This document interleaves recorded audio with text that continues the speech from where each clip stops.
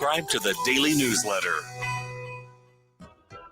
Boo! Guess who? That's right. This is Kim Williams with Alabama Home Mortgage, where we make mortgages easy. If your finances are haunting you, it's time to call Alabama Home Mortgage. 567-4223. That's 567-4223. What if I told you that the money you've been looking for all this time is in your home? This is no trick. By refinancing your mortgage, you may be eligible to lower your interest rate or eliminate monthly mortgage insurance. Would you like to pay off credit card debt, make home improvements, or fund a large purchase? A mortgage refinance may be the answer. What are you waiting for? If your current mortgage payment makes you scream, then it's time to call the Alabama Home Mortgage team. Clear the cobwebs. Call me, Kim Williams, today at 567-4223 or visit us online at myalabamahomemortgage.com. Alabama Home Mortgage, because there is a difference in mortgage companies. NMLS 1586-368, Equal Housing Lender.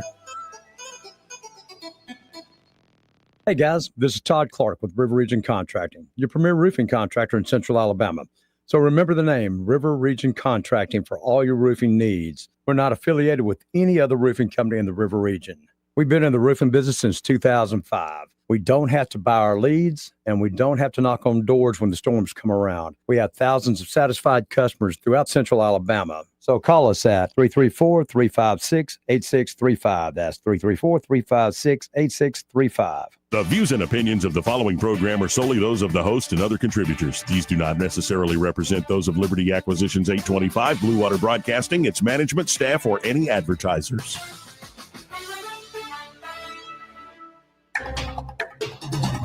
It's time for Montgomery's conversational radio show. It's news and views on News Talk 93.1 FM. To join the conversation, call 272-9228.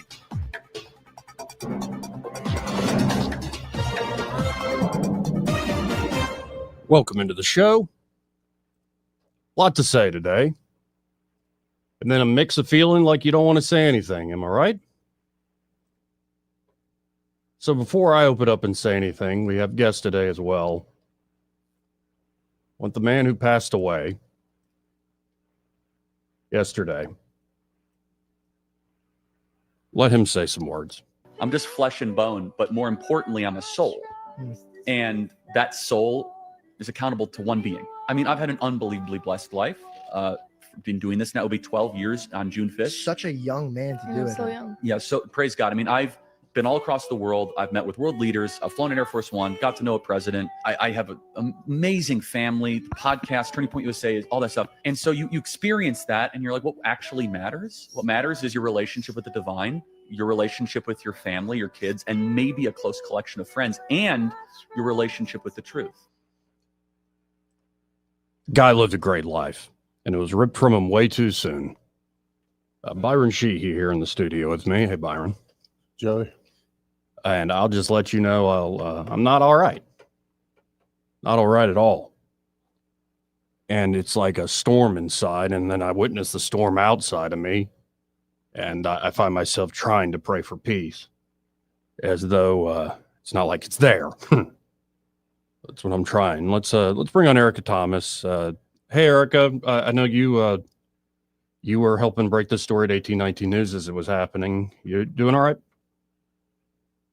I'm okay. I'm actually fueled a little bit today. Yesterday was difficult. You know, I took my time and tried to just process just like every other patriot, God-fearing patriot.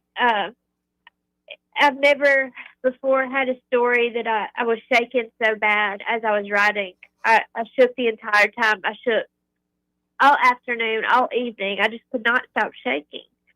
And I'm really not sure why I had that kind of reaction other than God is working in me because of what happened. And God has told me it's okay to be scared. It's okay to be fearful. Use that fear. You know, we can't have courage if we don't have fear. Right. We cannot be courageous if there's nothing to fear. And so Charlie Kirk's legacy has to live on through us, especially us in the media that are more on the conservative side or just the side of loving people and being Christians. We have to take a stand, and we have to take this moment and really not forget it, but use it as a lesson. And I'll tell you one more thing. The video of Charlie Kirk being shot was one of the worst videos I've ever seen in my life. Yes. At the same time, in that moment, I do not just see a tragedy. I see a moment of victory. That is the moment that Charlie Kirk was able to join the King of Kings and join his Savior, our Savior. He is with him now, and there is no doubt about that. And I truly believe that he did not suffer, and he, at that moment, went to heaven. Amen. And I second that video. The audience who's listening yesterday knows this, but as Eddie had to go before 2 o'clock, we see the news break a little bit before 2. I hit my top of the hour break. I'm scrolling through, and then I see not just the long distance, but the close-up shot. And I have to admit, I'll go into it more later. I can't unsee it. Like, I keep seeing it. Like when I tried to go to bed last night, I kept seeing it. And I guess this is what they call trauma, and it'll be there for some time. I'll be all right with time. But I worry about, because he was such an inspiration to so many young people, you know, what does a young person think? I hope they think what you just laid out, Erica, but of the millions, especially young men, what are they going to do seeing this happen to a man who helped inspire them, move them in a certain direction? It's just, man, it's to have life ripped away like that it's tough. It's tough to watch, number one, and hopefully more will come of this evil. Well, and thankfully we have, the internet. Charlie Kirk may not be on this earth, but his words of wisdom, which were plenty, will always be there for us. They'll always be there for us to listen to go back and refer to. And so I thank God for Charlie Kirk. I thank God for, the wisdom that he did leave with us. And I think it's important to remember him and honor him by not cowering down. This is actually a turning point for us. And you have to take a side. You have to take a stand. There's no middle ground here. We are in a spiritual warfare, and we have to stand strong, and we have to stand for the Lord. And I know you were also covering the awful incident in Auburn earlier in the week. And I mean, it just, seeing the death of this week so prominently, and I'm looking at a picture of Dr. Julie Gard Chinelli, and how, in your reporting, what is the family doing, or what are people doing to help remember Dr. Julie? Yeah, this is a woman from Alabama that we cannot forget. Well, she lived in Alabama at the time of her death. A lot of people have heard about, she's a retired Auburn University professor who was killed Saturday. She was murdered in Kiesel Park. Her body was found in a wooded area. We believe she was stabbed to death. Either way, it was a brutal murder. Her car was stolen. Her truck was stolen right after. And the person that had her truck, they arrested him. But right now the family is focusing on her memory and honoring her. They released her obituary yesterday and said that they are setting up the Julie Gard Chinelli Annual Scholarship Fund. And so people are able to donate to that. We have a link on 1819news.com if you want to give in her memory and her honor. And then you'll help people who want to follow in her footsteps and be a veterinarian one day. And of course, today is the anniversary, 24th anniversary of 9/11. I always ask the question. I mean, well, I usually asked, and I'm be blunt, gotten tired of it. Where were you on that day? It's more 24 years later. What does this day kind of mean to you, looking back on it? I always try to really, just in the weeks before 9/11, I'll watch a couple of news bits from that time. I was 16 years old on 9/11, and I was in school. I always think about what I was doing, and I'm so thankful for where I was when that happened. I was in history class, And so my teacher, he turned on the TV and he let us watch every bit of what was happening. We saw live the second plane crash into the towers. And he said, "You are watching history." And we sat there, we watched it. I did not understand the impact that would have. There was no way my young brain could really wrap my head around what was happening. I think it's important for us to always remember that and kind of go back to that. I don't know if you remember or not, but after 9/11, the country really came together. We had a strong sense of pride in our country.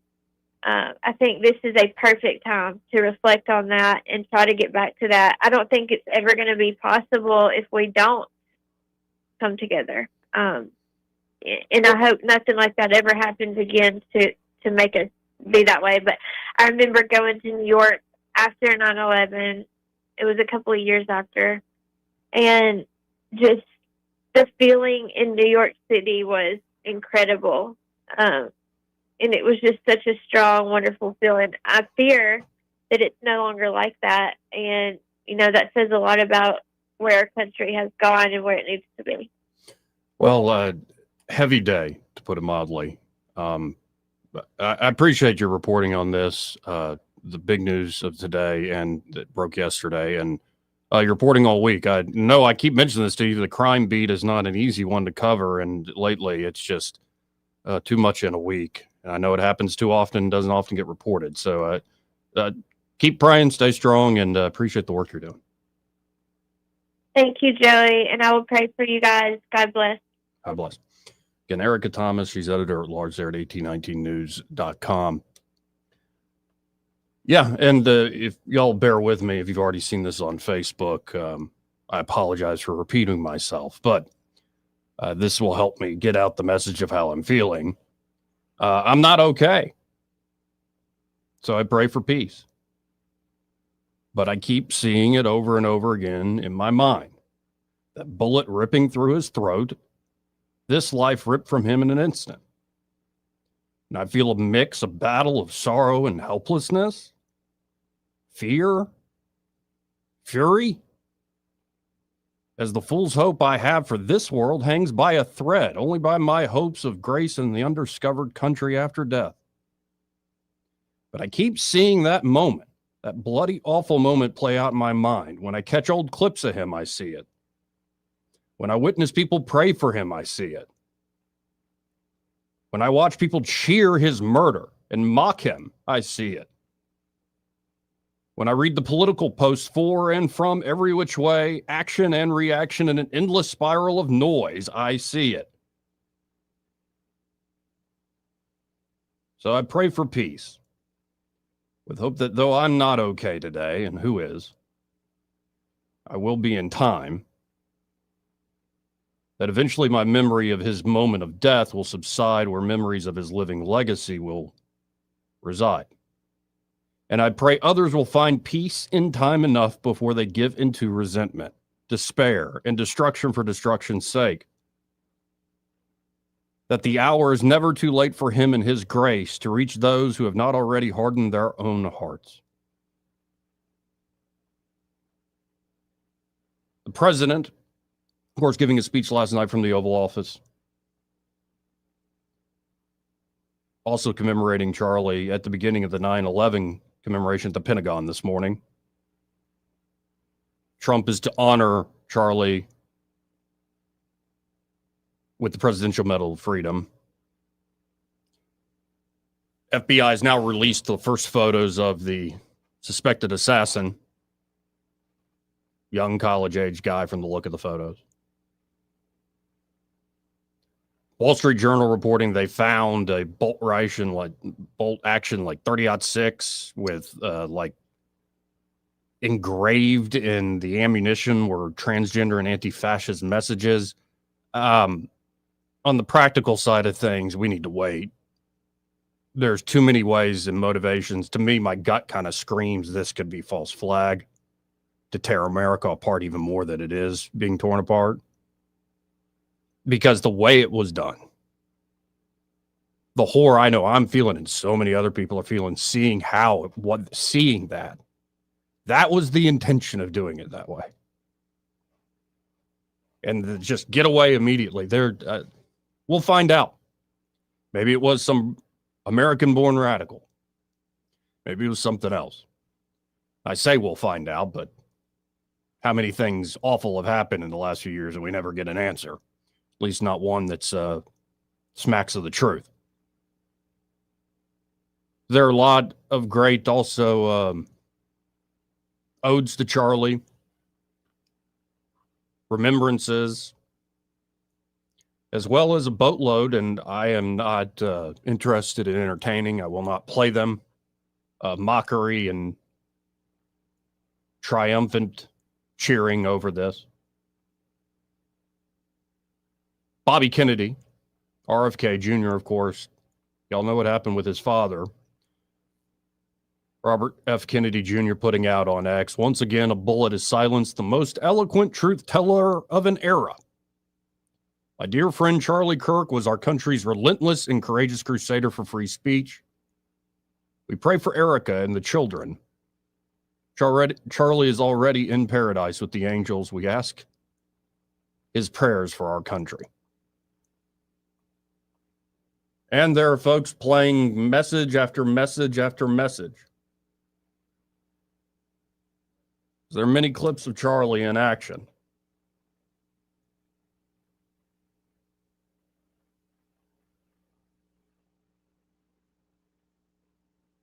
There's one clip that's been making the rounds that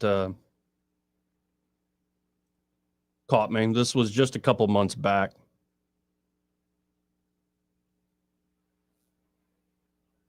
This is his last appearance on Laura Ingram's show. And there's all sorts of examples of messages and messages and messages and things that Charlie stood for, believed in. But this is a recent thing he was out there saying. Having children is more important than having a good career. I have 2 kids. I also have an amazingly blessed career.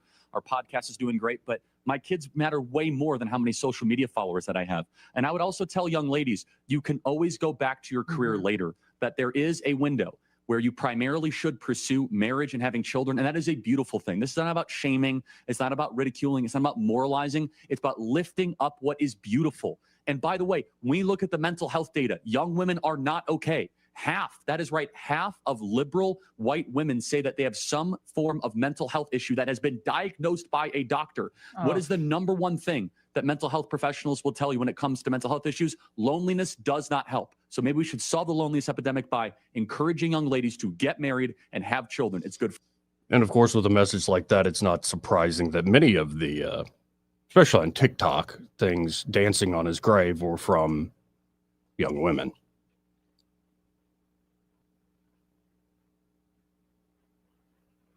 It's hard to find words in moments like this. In a second, I'll play the words Trump shared yesterday evening, so you can catch those. There's another great message here from, and a harrowing one, from Konstantin Kisin. You know that is Byron?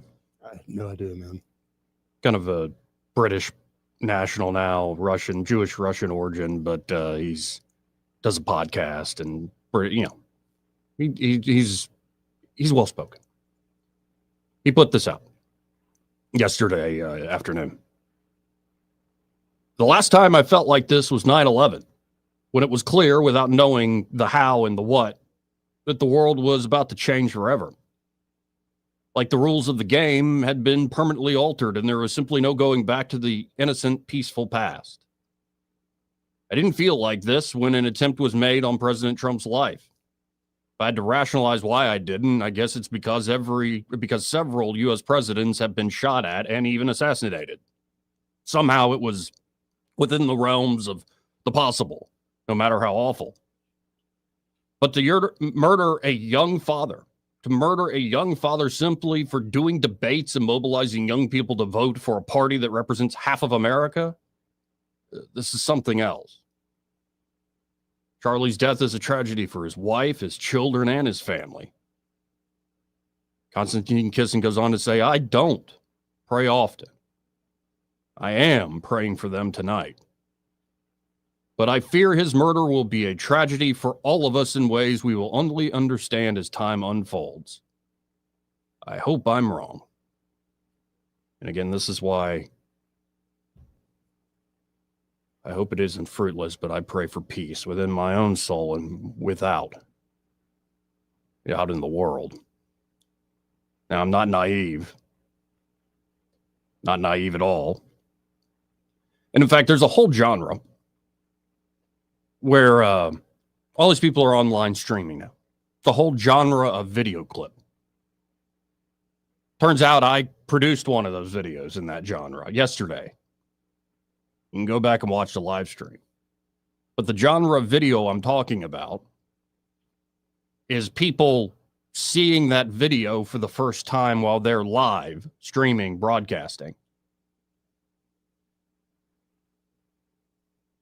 And it's all the same reaction for the most part. Thank God for that. I mean, I saw left-wing streamers like Dean Withers, and there are a few others out there who you catch the clip of them seeing that video. They start, like I did yesterday, start crying. They're like, this is wrong. I'm sitting there watching Glenn Beck, the guy who inspired me to get into radio, just breaking down as Megyn Kelly breaks the news to him.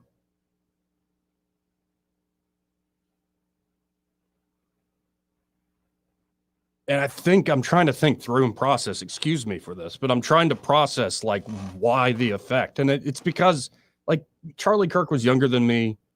Charlie Kirk, as I understood it for years, more the party line guy. Like he's a Republican through and through. He fights for the team. And y'all know me. I'm more the always loner malcontent. You know, I'll back aside in the time, like when it comes down to it. But generally, I don't like just being part of the team and carrying the party line. In about the last year or so, aside from the politics of the 2024 campaign, I got to watching Charlie in more and more settings where he's not just debating people, and he could very well, like in most good debaters, he could be snarky. You could be like, oh, that's a provocative thing to say. That clip I just played, there are going to be a lot of women who go, oh, that's just provocative and rude. I hear a man, though, saying, no, a beautiful family is possible. It may not work out, but it's possible. Please entertain this. I saw many other instances where he's sitting down with Bill Maher, the recent one he just did with Tucker Carlson. You know, the debates he's having, trying to bring Christ to a porn star on the whatever podcast. And not doing it again in a finger-wagging way, but like with an undercurrent of subtext of I care about you. That's why I'm saying these things. And I think it's that, to see so much life, to see he didn't put him in a political box. He's not just the party guy. He's not just the guy who goes and debates on college campuses. He's not the meme and the mockery of South Park and all these things. I'm like, oh, that's just a guy. And he really seems to believe what he's saying. And he says stuff that I'll probably be like, hey, come on, man. But he was himself. And so full of energy, so full of life. More than I can often muster. And again, to see that ripped away has me ripped apart. I know I'm not alone.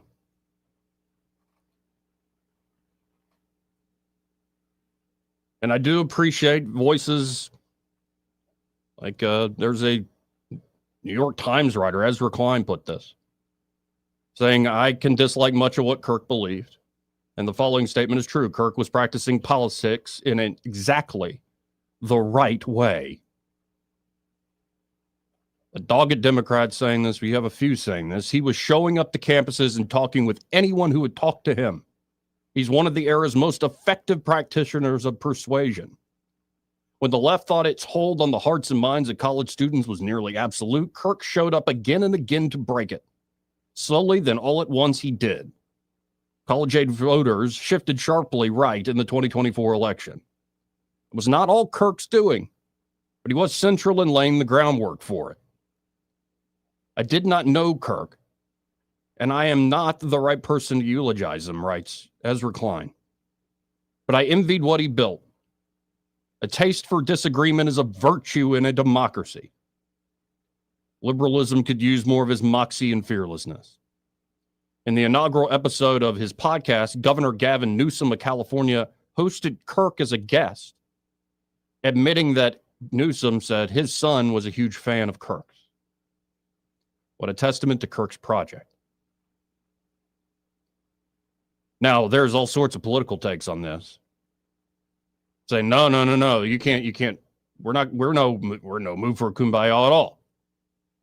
Like, I've seen every which way you could have a reaction scrolling through. But he was the guy who would show up and try to persuade. And again, it could get snarky. There were some folks that came in, they're not looking to have a debate. They're looking to yell at him and call him names, which were often like, he would just sit there and go, all right, is that it? After they say all sorts of crazy stuff. It's just young kids raging at him, essentially, because he is, for some reason, their mind represents the worst, the tyranny of the world and the enemy they must fight.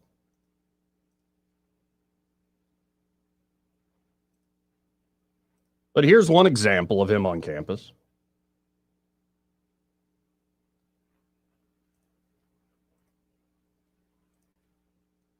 Let's listen in together.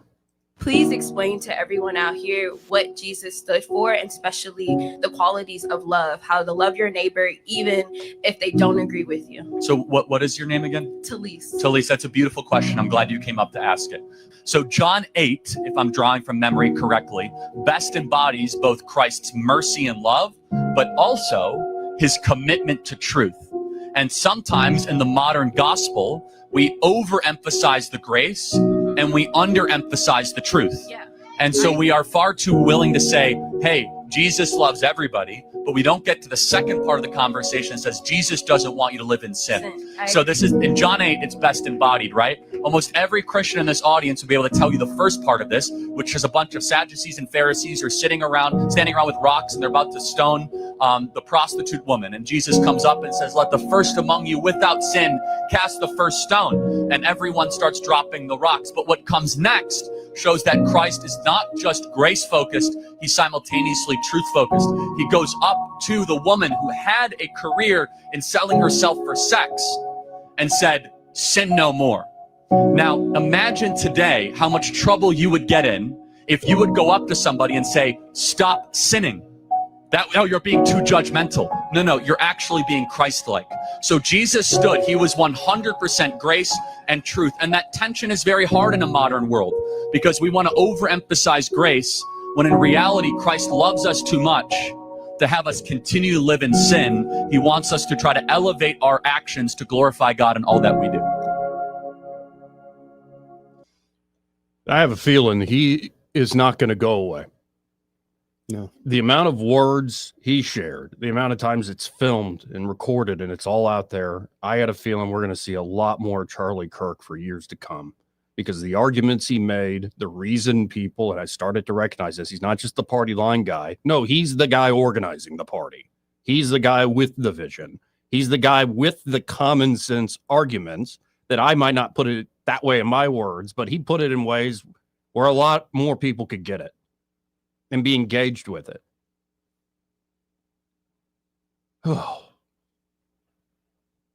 Again, in a second, we'll get to President Trump honoring him and saying what's next, as well as a bit of the 9/11 commemoration that President Trump put down today. If I feel like trying to shake off this cloud over our heads, I did watch, trying to get my mind off it, Tucker Carlson sit down with Sam Altman of OpenAI and ChatGPT. Kind of a fascinating interview. Altman, very intelligent and measured. So he wasn't taking the bait when Tucker was really spurring him and doing the classic Tucker, like, I'm going to be really annoying and ask the question, but I'm not accusing anything. And Altman kind of really holds his frame. But there's one moment in that interview that's really just bizarre about a former employee of Altman's who the police said committed suicide in San Francisco, but the family, especially the mom, thinks was a homicide for all sorts of reasons. And she personally asked Tucker to ask Altman about it. And it's like quite an exchange. Okay. So there's a lot out there, and the news will go on. But in terms of the latest on the assassination of Charlie Kirk, they have released images of the suspect. The FBI has released photos of the assassin, but I have not heard anything in terms of the actual identity or if he's actually been caught. Is it the person that was kind of floating around X as the primary suspect? No, I don't. Here's I'll show you, and it'll show up on my camera too. Yeah, that's the one. Yeah. It's one of them. Ball cap, long black t-shirt, sunglasses on, jeans. You know, somebody made a pretty good point about the guy that was kind of cheering right after it happened. He knew immediately where to look, and he didn't seem to be that afraid. So that, coupled with a post that was made on social media about something specifically happening to Charlie, definitely leads some clues I believe the authorities are exploring. So. And I hope, for the sake of peace, they don't give us the usual bull crap on some of these big events. Like, we didn't get answers about Butler. We didn't. I mean, first, yeah, hopefully our better angels all prevail during this. And some of the stuff that's come out is appalling, left and right. There's plenty of time for politics later, but right now, aside from being the voice of a generation and a conservative warrior, that man was someone's husband and father and son. He was. It's hard to process. No, I'm just thinking that video. They were on Fox and Friends recently, and behind the scenes, catches little girl running to him, hugging his leg. It's just. And I know death happens every day, unjustly so, unfair, ripped away from so many. But there is something about this day and age where people, I guess, are so lonely, but it's like you get to know these people. Like, there are people that listen to this little radio show, listen to my stupid crap, and have listened to me and watch me grow up. I don't know them, but they know me. It's, what do they call it? Parasocial. So you see these people over decades. Like, yeah, you get to know them. And it's not like they're your close friend that you text with or anything. But you're like, man, you get used to them. Like, they're a fixture on the stage. They become a part of your life. Yeah. And we're better for Charlie being a part of ours. Yep. Disagree with him, yes or no, he invited civil discourse with those who didn't agree with him. And that's what we're supposed to be about, is talking through things. Supposed to be. How about this? Let's hit a break. We do still have ads. We got to pay for the show. This part of the program brought to you by Montgomery Men's Health. And there at Montgomery Men's Health, they really are ready to help you guys out. If you just don't feel yourself tired, sluggish, and the worst mistake is to assume, it's just part of getting older, or this is just how I feel. It's like, no, if you generally feel like crap, low energy, performance issues, never in the mood, you're getting fatter, loss of muscle mass, your sleep patterns are all messed up, get by Montgomery Men's Health. The urologists and providers there will tailor solutions specifically to your body and goals. Consultation, including blood work, is just $99. And if you do have low testosterone, or maybe there's something else going on with you, they can help you out. You only got one life, gentlemen. Procrastination's only going to make it worse. Call them up today at 440-3663. That's 440-3663.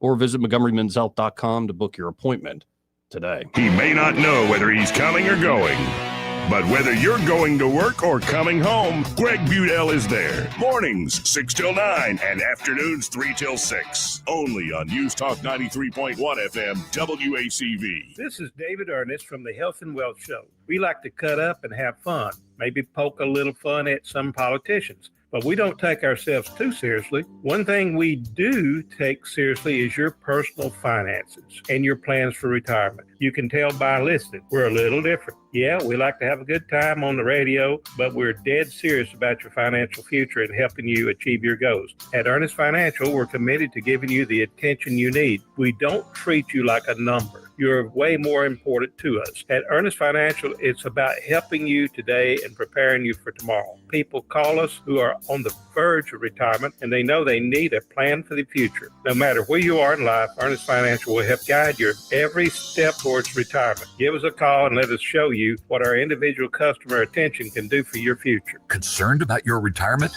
Call David Ernest toll-free at 833-596-7233. That's 833-596-SAFE.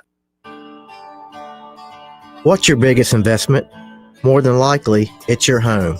So treat it that way when you hire a painting contractor. At PBS Painting, there are no gimmicks, no $99 specials. Just quality painting and someone who treats your home with the same respect that you do. At PBS Painting, we have been painting for years and look forward to many more years to come.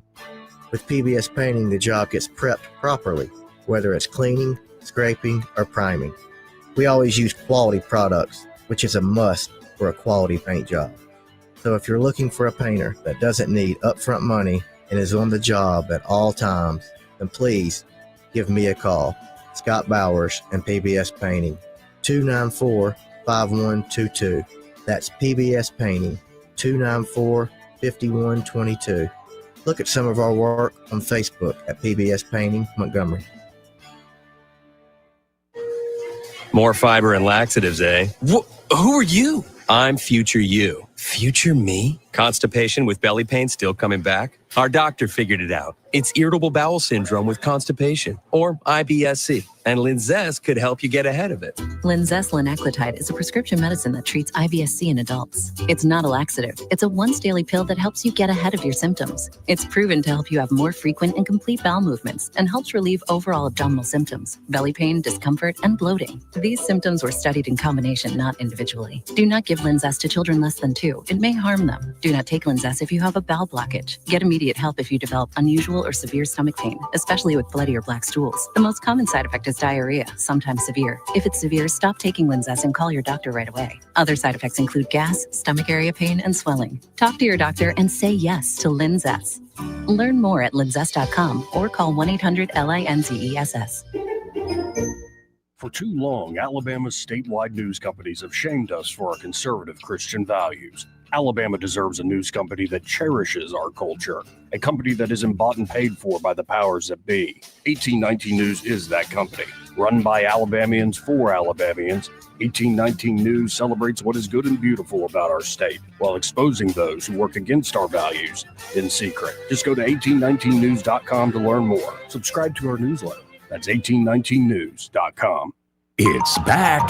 The 72nd Alabama National Fair. 11 days of nonstop fun, October 3rd through the 13th. Thrill to the Zerbini Circus. Cheer on the hilarious Swifty Swine Racing Pigs. Rock out with the Puppet Tone Rockers. And that's just the beginning. Mark your calendar. School days are Monday the 6th and the 13th. Everyone gets in for $10. And don't miss 4 incredible concerts free with your fair admission. Corey Kent, Saturday the 4th. Skillet, Sunday the 5th. Anthony Hamilton, Saturday the 11th. And country legend Lee Greenwood, Sunday the 12th, with a salute to our hometown heroes. All concerts start at 7 p.m. Proudly presented by the Porch Band of Creek Indians. Imagine world-class shows, the circus, racing pigs, and amazing concerts, all for one low price. Skip the lines and save time. Get your tickets now at Ticketmaster. The Alabama National Fair, October 3rd through the 13th. Sponsored by the Kiwanis Club of Montgomery, Hyundai Motor Manufacturing Alabama, and Coca-Cola. The Alabama National Fair. It's the best 11 days of fall. The Rich Thomas Weather Network, brought to you by Montgomery Paint and Body. From little fender benders to total body repair, MPB will fix it good as new, maybe better. For 4 decades, the Turner family has been getting you back on the road. Call 279-7325.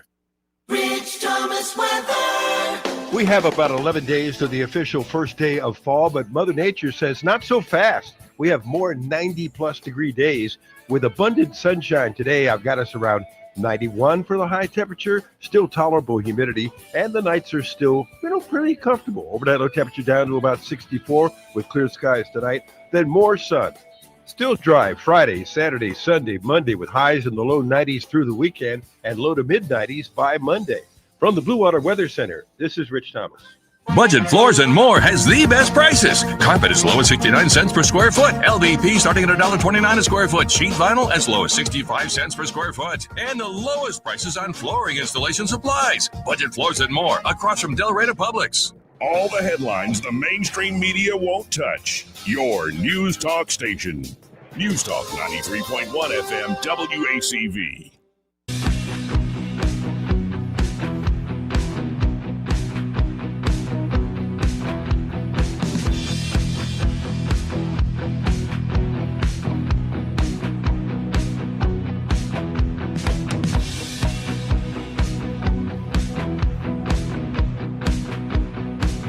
Joey Clark. Welcome back. This part of the program brought to you by Bo Goodson and the Goodson Group. And the Goodson Group, they can help you out whether you're looking to buy or sell property, buy or sell a home here in the River Region real estate market. Bo's been helping buyers and sellers in the Montgomery and surrounding areas for over 40 years. It's actually, I think, half a century now. And at the Goodson Group, they not only can help you with buying and selling your property, but they have management services available should you want to rent out your home. Great idea in this market. And then the crown jewel at the Goodson Group is the Bo Goodson Real Estate School, one of the most highly acclaimed and accredited real estate programs in the great state of Alabama. Great way to study up to be a more knowledgeable private player or a fully licensed real estate agent. So y'all check them out today. You can always learn more at thegoodsongroup.com. Or give them a call at 551-0225. That's 551-0225. Bo Goodson and the Goodson Group, great sponsor here of the program. Getting Byron Sheehy here in the studio with me.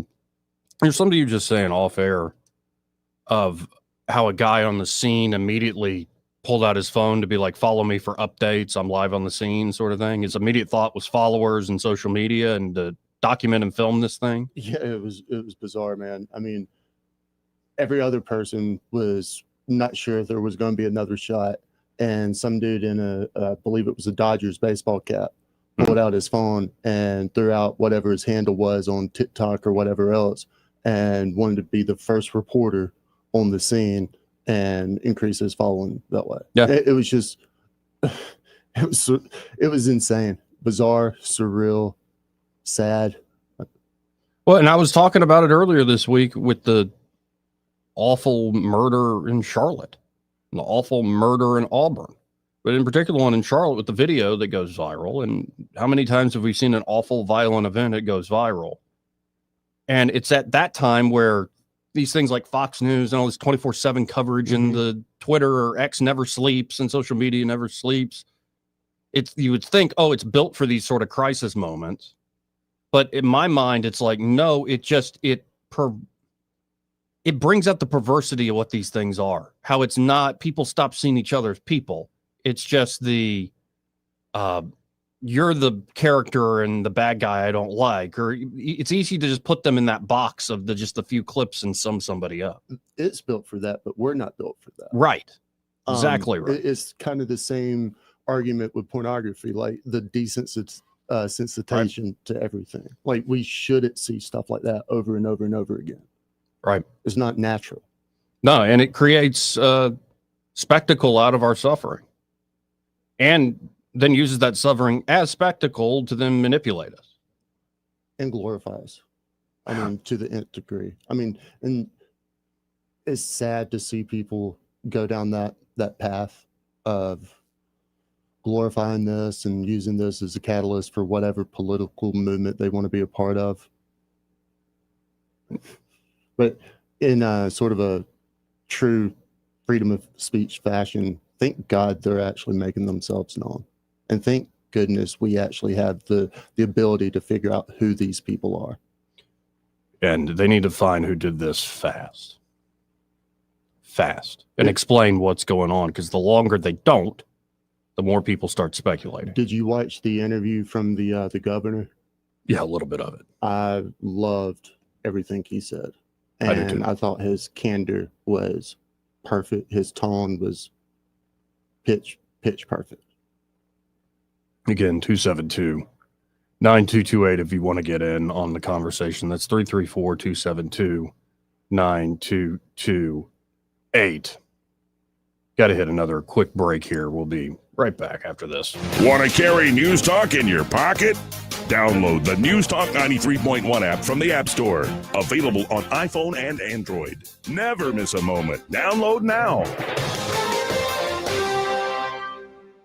There's nothing quite as exciting as another college football season kicking off. Eating Pizza Perfect pizza while watching the games makes it that much more enjoyable. In September, get $4 off any large pizza. You already know about the great pizza buffet at Pizza Perfect. Besides all the pizza you can eat, it includes spaghetti, breadsticks, salad, dessert, and drink for only $13 at lunch and for dinner on Tuesday and Friday and all day Saturday. Pizza Perfect on Coliseum Boulevard in East Brook. Hello, I'm Johnny Sullivan from Sinclair's Restaurant. We're almost 27 years, and our business is as good as ever, and I give credit to Blue Water Broadcasting for keeping us on the air and letting people know what we do. Advertising with them has been a huge help to our business. I've seen a uptick from day one. If you need to grow your business, I highly recommend you give them a call. Radio reaches over 90% of everyone in the river region. Shouldn't your ads be out there where your customers are? Call us to find out more. Blue Water Broadcasting. Local folks helping local business. Big news! Phillips Dunn Animal Hospital has a new name. But don't worry, everything you love is still the same. Now they're Pike Road Animal Hospital, still at 5148 Troy Highway. Still the same great team you've trusted for years. Same friendly faces, same expert care, just a new name, and still offering boarding, grooming, and doggy daycare. Pike Road Animal Hospital, formerly Phillips Dunn Animal Hospital. New name, same heart. Compassion you know, care that you trust.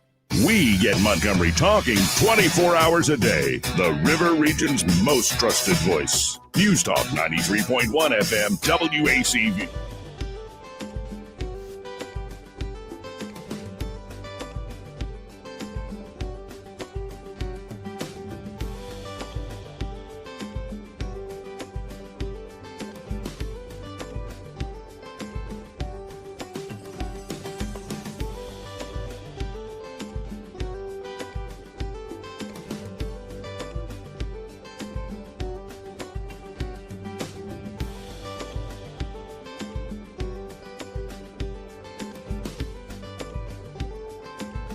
Joey Clark.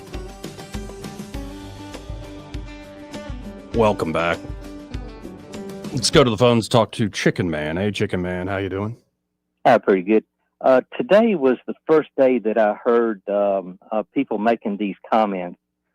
This guy went on the street. I guess it's like a TikTok video, but this guy went on the streets and he was asking people, their thoughts about the death of Charlie Kirk. Yeah. And their comments were mostly saying, and it was young people, but their comments were mostly saying that they were glad that he died. I mean, most of the comments were from, like I said, the younger generations.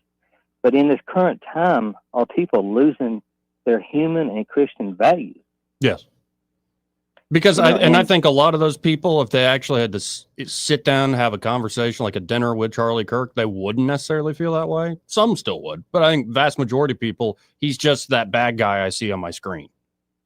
And they believe all the stuff people say about him. Well, I would say to those people, with the those bad thoughts, like they want to be non-Christian or whatever their belief, that's fine. But they should still have 100% good in their heart. Don't be so cold-hearted. And careful hardening your heart that way, yeah. And how do we change this? Those people. How do we change them to where they're not so cold-hearted?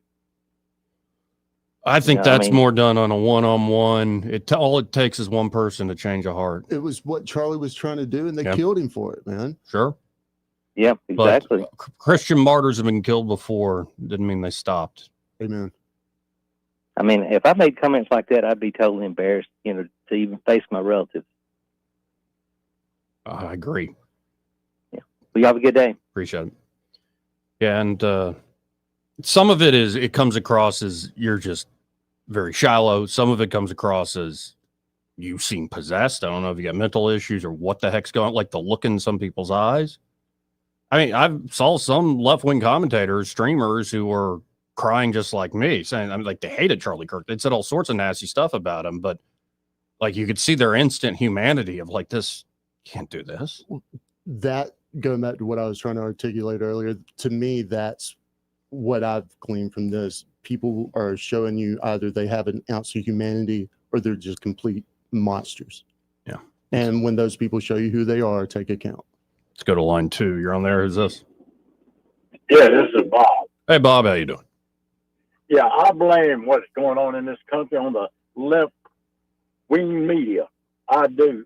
They put hate in people's minds, and I don't think it's going to change either for a long time. You remember back in about, 2000, when Kamala was running for vice president, and they were having all these peaceful protests.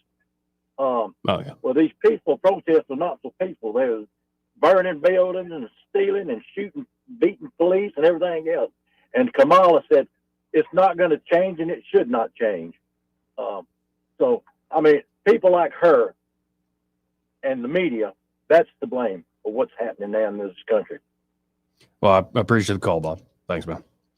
And yeah, you heard the president of the United States essentially say that last night. We'll get, as we open up the hour, we'll get to that.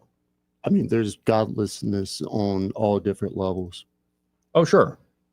No, and I've been saying for many years, because I really believe it, that everything can tempt you to sin, but there's something unique about political power. You know what I mean? It brings out the worst in humanity. It does. Because you start thinking not in terms of right and wrong, but in terms of necessity. And maybe you need a little bit of that hard-boiled thinking in life, especially if you're trying to, survive. But it shouldn't take over your whole conscience. And I think that's what ends up happening. Everything just becomes a power play. And then the dehumanization begins. And of course, people get upset with one another. People get frustrated because they're talking past one another, or they don't share the same values, or they maybe just have different friend networks and you're talking bad about my friend. There's all sorts of reasons people like each other. But when it gets to the point of, I'm happy to see you just destroyed, it's an old, resentful, sadistic idea. And it begets more of it. What the whole idea of the mark of Cain. Right. It begets it down the generations. So again, I hope the authorities find whoever did this very quickly. And then we'll see what the next chapter brings. And you do have to wonder who will be the next to stand up. Because I don't think this is going to stop people from speaking their minds, from debating. And my hope is you're going to have more young folks who are part of Turning Point who do pick up that microphone. My hope is people aren't deterred by this. Because the way it was done, it wasn't just about killing Charlie. They could have taken him out at home. They could have taken him out when he didn't have a bunch of security around him. Whoever did this wanted to do it to make a point and a show for the world. The question that was asked was about gun violence. Yeah. You know how I am about coincidence. Yeah, and the common meme that's being shared is Kirk said, well, a few gun deaths are worth the Second Amendment. And I think Kirk's point be like, yes, freedom is dangerous. And I'm pretty sure he'd believe in that freedom and believed it to the point he died. And the idea that somebody can get rid of your argument for, say, the right to self-defense by blowing your head off, well, ain't that a monstrous might makes right point of view? And if you want to take away the guns, what are you going to have to use? Guns. So really the question of gun control is who gets the guns, not guns go away. But again, I put this in different categories. Some people are just, it's their knee-jerk response. They don't think much about it. Or there really is real resentment and disdain. And then there are some folks that are so given over to their own desires, they take pleasure in seeing this. I've seen the whole gambit. And I've seen folks on the right who are like pure fire-breathing vengeance. Now, I give a bit of grace to those who are good friends with him. But again, I'm praying for peace. It's quite the cocktail, huh? Yeah, it is. And again, have it all splayed out in this spectacle as you scroll and you look on the TV, and it's just, where's the humanity of it, you know? That's been gone for quite a minute, man. Got to hit this top of the hour break. This part of the program brought to you by James Cole and Cole Plumbing. And they're at Cole Plumbing. James and the team are ready to help you with any and all of your plumbing issues, from everyday stuff like a toilet that won't stop running, faucet that won't stop dripping, a drain that won't drain, like it's all clogged up. They can fix all of those issues for you. And then, of course, if you want to upgrade to, say, a tankless water heater system or a nicer, taller toilet, maybe your hips and knees are giving out and you don't want it to be a chore when, you're trying to do your business, Cole Plumbing can help you with that. And if you have a big leak inside your house, outside your house, maybe even like a gas line leak, which is really dangerous, you should evacuate immediately if you smoke gas. Call Cole first. Yeah, call Cole. And they can help you with that. And they understand time is of the essence. And they're not going to make a big mess of your house, like tearing out a bunch of drywall, digging up a huge hole in your yard to find the leak. They can do it with precision and expertise. Y'all check out Cole Plumbing today. You can always go to coleplumbing.com and book an appointment there. Or just save their number, 279-8919. That's 279-8919. And just remember, folks, when you have trouble with your bowl, call on Cole. Second hour coming up. Broadcasting from the Riverside Chevrolet Master Control Center, this is WACV Cusana, News Talk 93.1 FM. When it's Chevy, it's Riverside. With SRN News, I'm John Scott. The FBI has released photos of a person of interest in Charlie Kirk shooting as investigators appeal to the public for tips. Law enforcement officials say the sniper who assassinated Kirk has not been identified and is believed to have jumped off a roof and fled into a neighborhood after firing one shot. Officials say nearby woods where a high-powered rifle was found have been secured. It's been 24 years since the September 11, 2001 attacks, but victims' families say the hurt is still there and will never go away. Across the country, solemn ceremonies, volunteer work, and other tributes honoring those who perished. Former U.S. Senator Bob Menendez's wife sentenced to 4.5 years in prison for selling the powerful New Jersey politician's influence in exchange for bribes. This is SRN News. Attention investors with a 401k, IRA, or retirement account. The dollar has lost over 25% of its value in the past 5 years, and it's only going to get worse. Are you prepared for what's about to happen next? We are Advantage Gold, the #1 customer-rated gold IRA company in America, and we are helping Americans prepare for the great de-dollarization by diversifying their portfolios with physical precious metals. We've partnered with former chief economist of the IMF, Kenneth Rogoff, to give away his latest book called Our Dollar, Your Problem, a must-read for investors. Call 800-741-GOLD, and we'll rush a free copy of Our Dollar, Your Problem to your doorstep and include our special gold IRA investing kit, valued at $49. The dollar is losing value fast. Call 800-741-GOLD now to get your free copy of Our Dollar, Your Problem and our free gold IRA investing kit. Supplies are limited. Consult your tax and financial professional before investing. Call 800-741-4653. That's 800-741-GOLD. Rich Thomas Weather is brought to you by McPhillips Shinbaum. My name is Aaron Luck, a partner with the law firm of McPhillips Shinbaum. If you or someone in your family has been seriously injured by the negligence of someone else, call me directly. 262-1911. Rich Thomas Weather. We have about 11 days to the official first day of fall, but Mother Nature says not so fast. We have more 90-plus degree days with abundant sunshine today. I've got us around 91 for the high temperature, still tolerable humidity, and the nights are still, pretty comfortable. Overnight low temperature down to about 64 with clear skies tonight, then more sun. Still dry Friday, Saturday, Sunday, Monday with highs in the low 90s through the weekend and low to mid 90s by Monday. From the Blue Water Weather Center, this is Rich Thomas. From the Blue Water Broadcasting News Center, these are today's top stories. A Montgomery business caught fire off Highway 231 near Wetumpka Wednesday afternoon.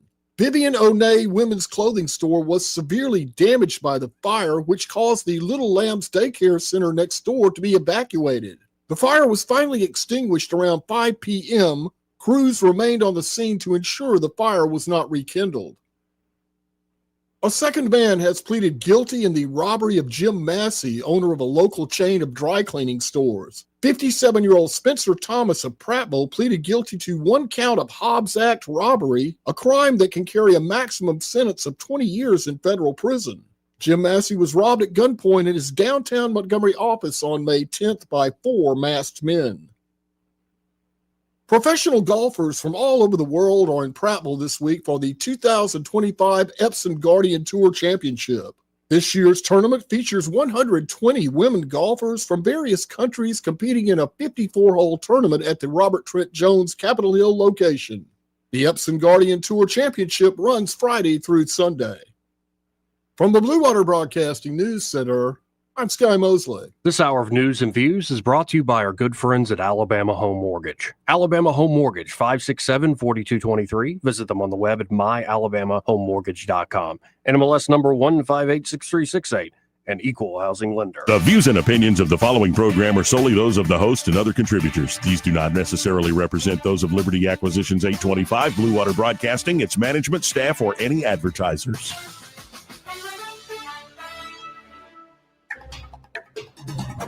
It's time for Montgomery's conversational radio show. It's news and views on News Talk 93.1 FM. To join the conversation, call 272-9228.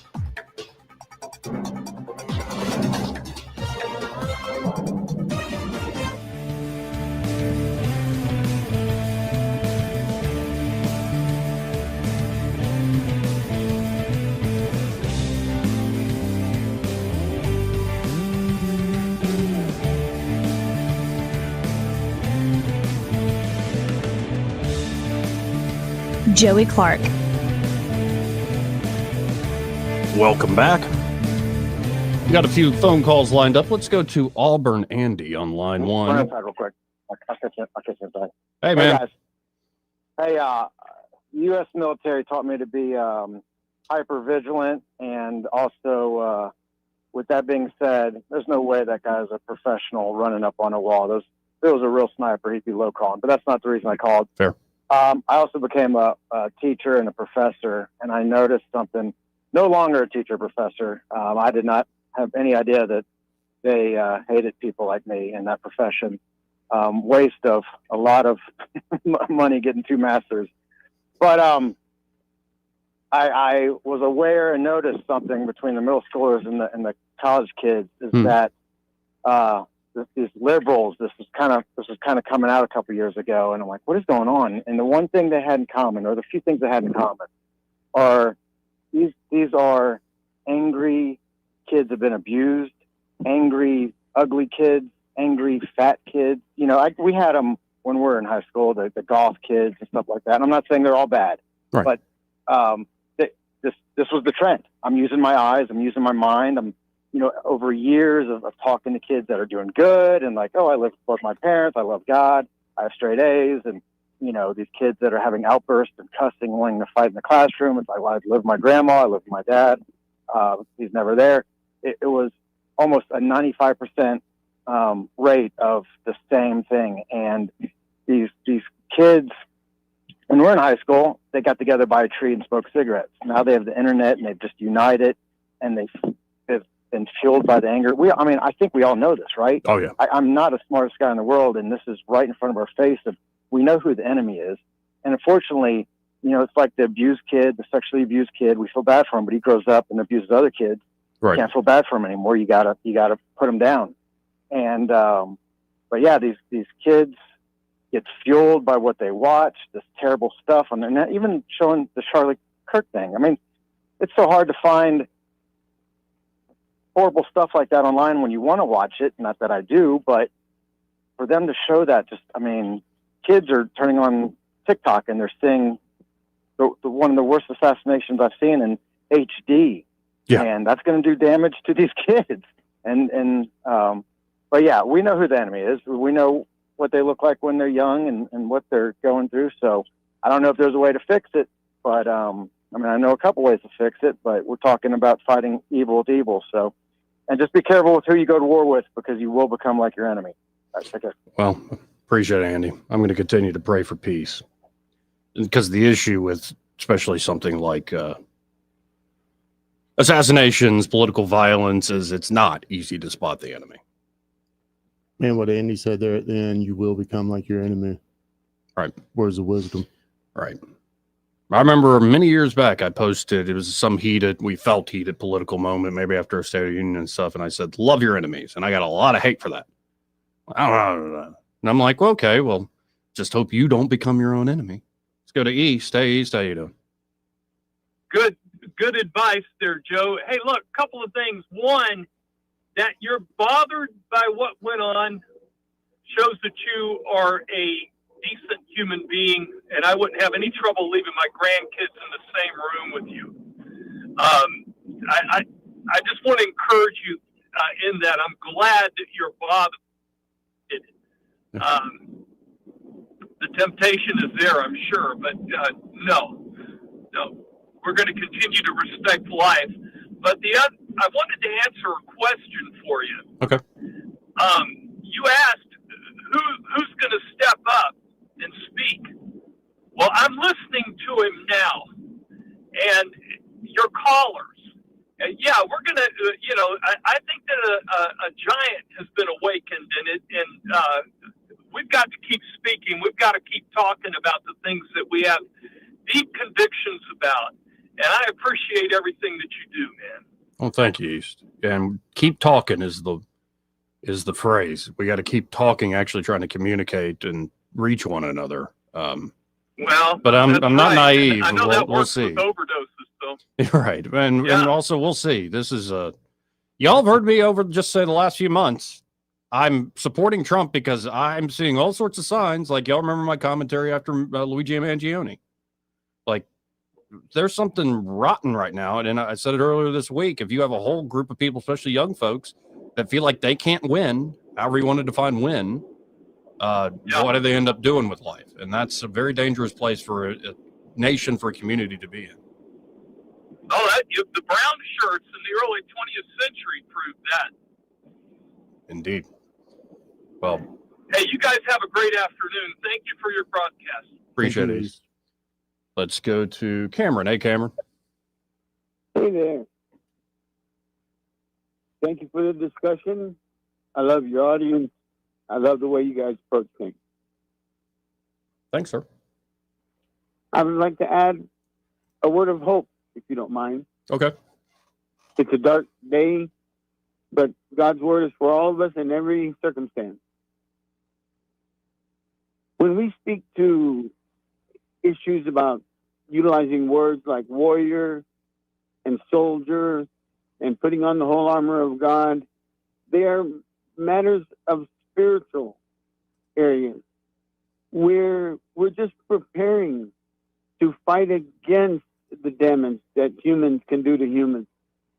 My father and grandfather raised me to understand that evil is self-evident. I'm borrowing the self-evident part from our founding documentation. Evil defines itself. And in some of the recent administrations, I'm not being political, a lot of decisions that were made that really took themselves outside of the shadow of the gospel of our Lord. There were a lot of moral decisions that were made, that were tabled. There were unbelievable things. I'm a father. If somebody had approached my children and tried to talk to them about their sexual identity or moral choices, well, I'm fortunate I live in a country. I could have done something about it without doing something personally about it. I could have drawn its attention appropriately to the authorities, but if they crossed that line where I had no choice, well, there you go. We live in a country that I feel is having to find its way because evil has made a mistake of standing up and becoming self-evident.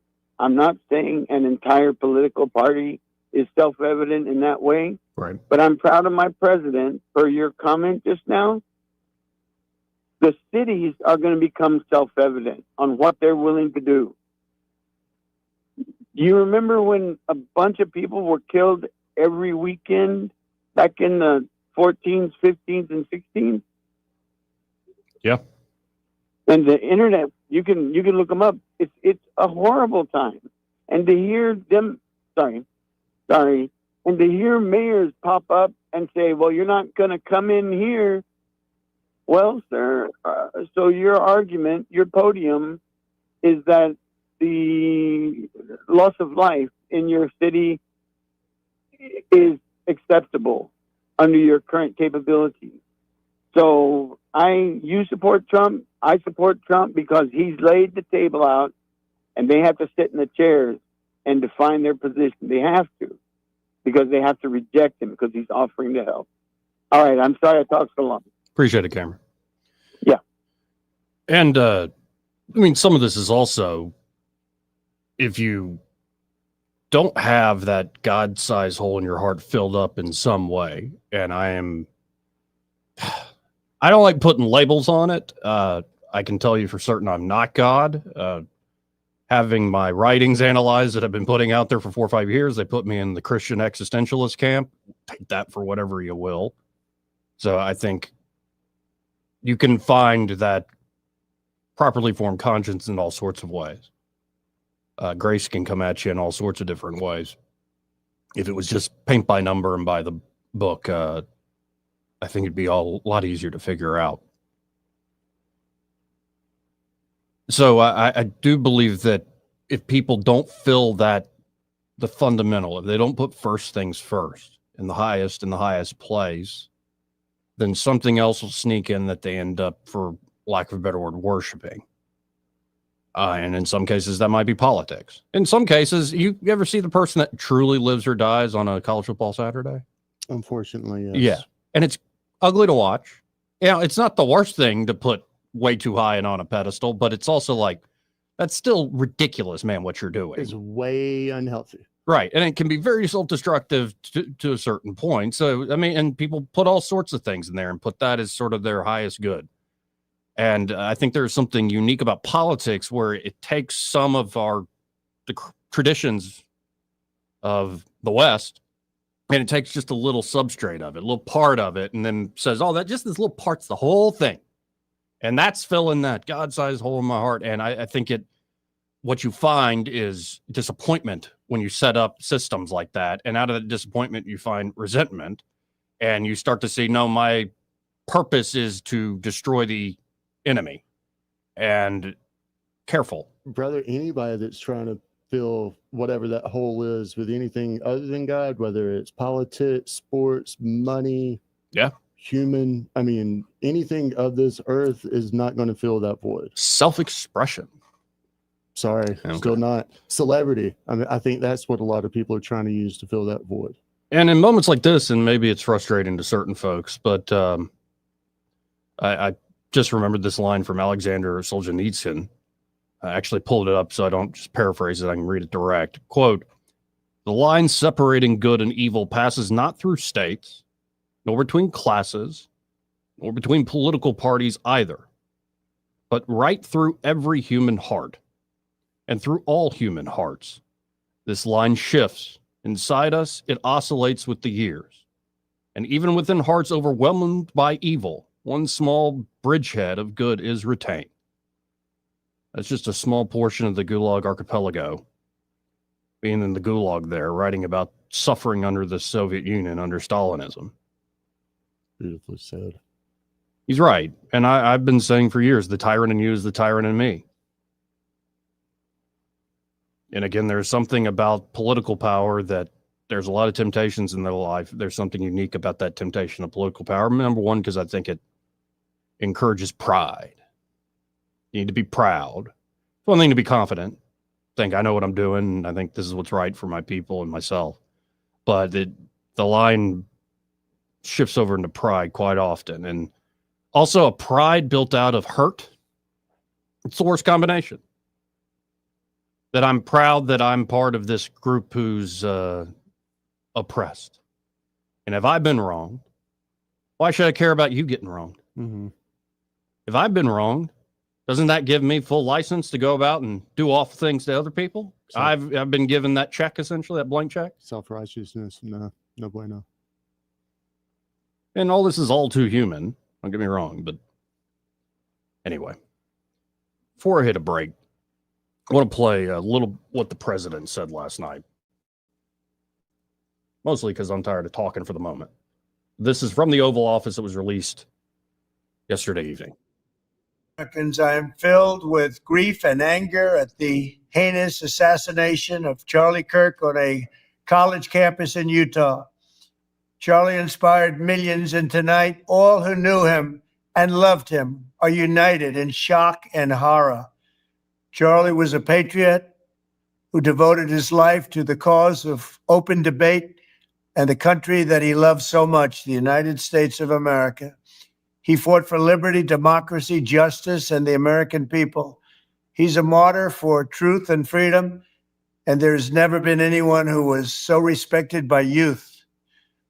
Charlie was also a man of deep, deep faith, and we take comfort in the knowledge that he is now at peace with God in heaven.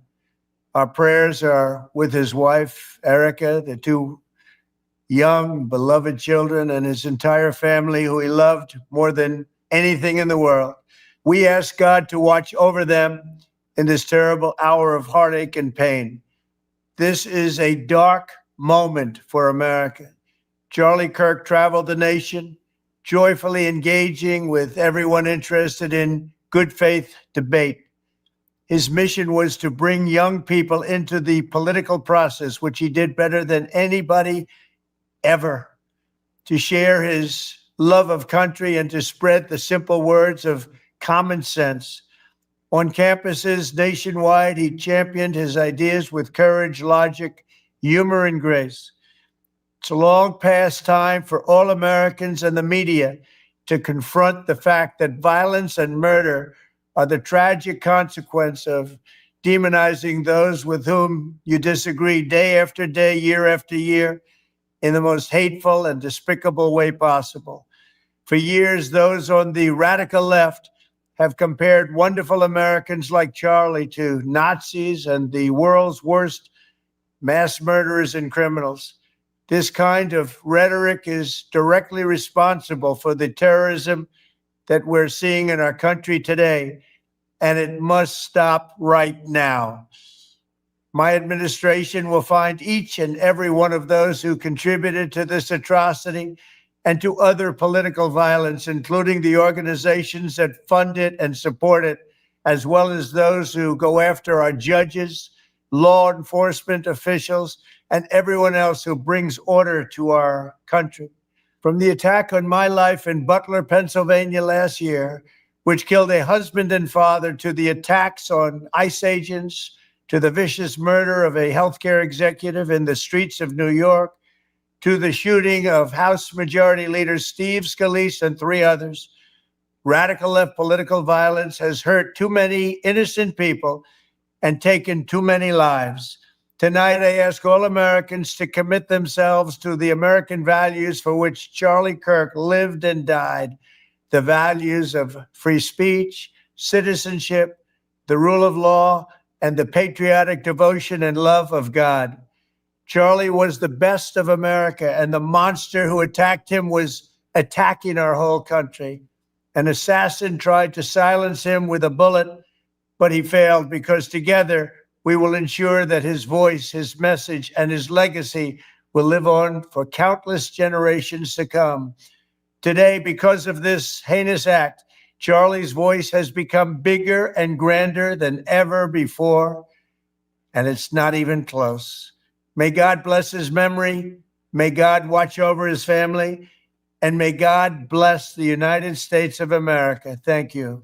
Again, folks, that was the President of the United States. Last night, they put out that video. Trump then, at the beginning of the commemoration for 9/11 at the Pentagon this morning, said he would give Charlie the Presidential Medal of Freedom, honoring him. Update on Kirk assassination pushed due to rapid development in the case, according to Utah police. This seems, I mean, last time I've felt this much energy behind law enforcement was probably the Boston bombing, the marathon. Yeah. It seems like this is all resources And it feels so strange mixing up, like today's 9/11. I know. And I was too young. Now, I was old enough to where I do recall very young. I was not freaked out by seeing the buildings. I was more, my thought at that moment was like, we need to kill whoever did this. I think I was 12. I remember that being my first thought. I started getting freaked out when I went home and noticed how freaked out my parents were. Seeing your parental figures completely disoriented and as scared, maybe more scared than you because they understand it fuller. That's unsettling. But like, you think, remember people used to talk about that 9/12 feeling, like we're all in this together. Mm-hmm. And that went away pretty daggone quick. From what I remember feeling, and I believe I was 21, 22 at the time, I think it lasted 2 weeks. And it was a great feeling for 2 weeks. It was the America that we should be. And then politics got in the way. Yep. And I believe it was Cameron earlier used the line evident or evil self-evident. I feel like a lot of politicians use 9/11 to evoke an evil agenda. Yep. And you asked the question, or kind of said to Erica, you stop asking people where they were and what they remember from it. That's kind of my take. Yeah. It set the stage for a lot of bad actors and a lot of bad policy. Well, we're going to keep watching out for any updates. And again, the breaking news is there are rapid developments in the case. So a regular press conference update has been pushed back. So possibly they've caught the guy. That is not confirmed. I'm speculating. All they're reporting is quote unquote rapid developments.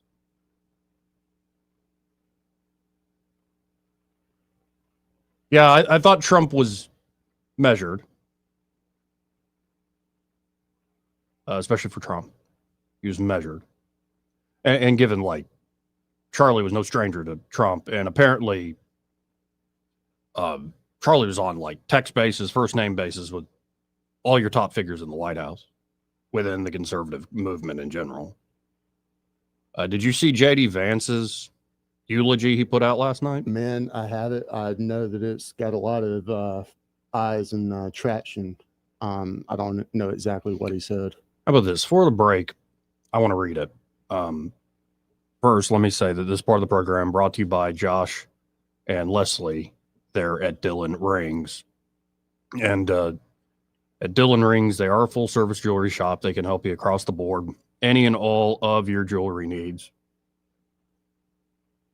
From custom design to the great selection they have there to cleaning up that jewelry, spa treatments, to appraisals, to buy old jewelry off you.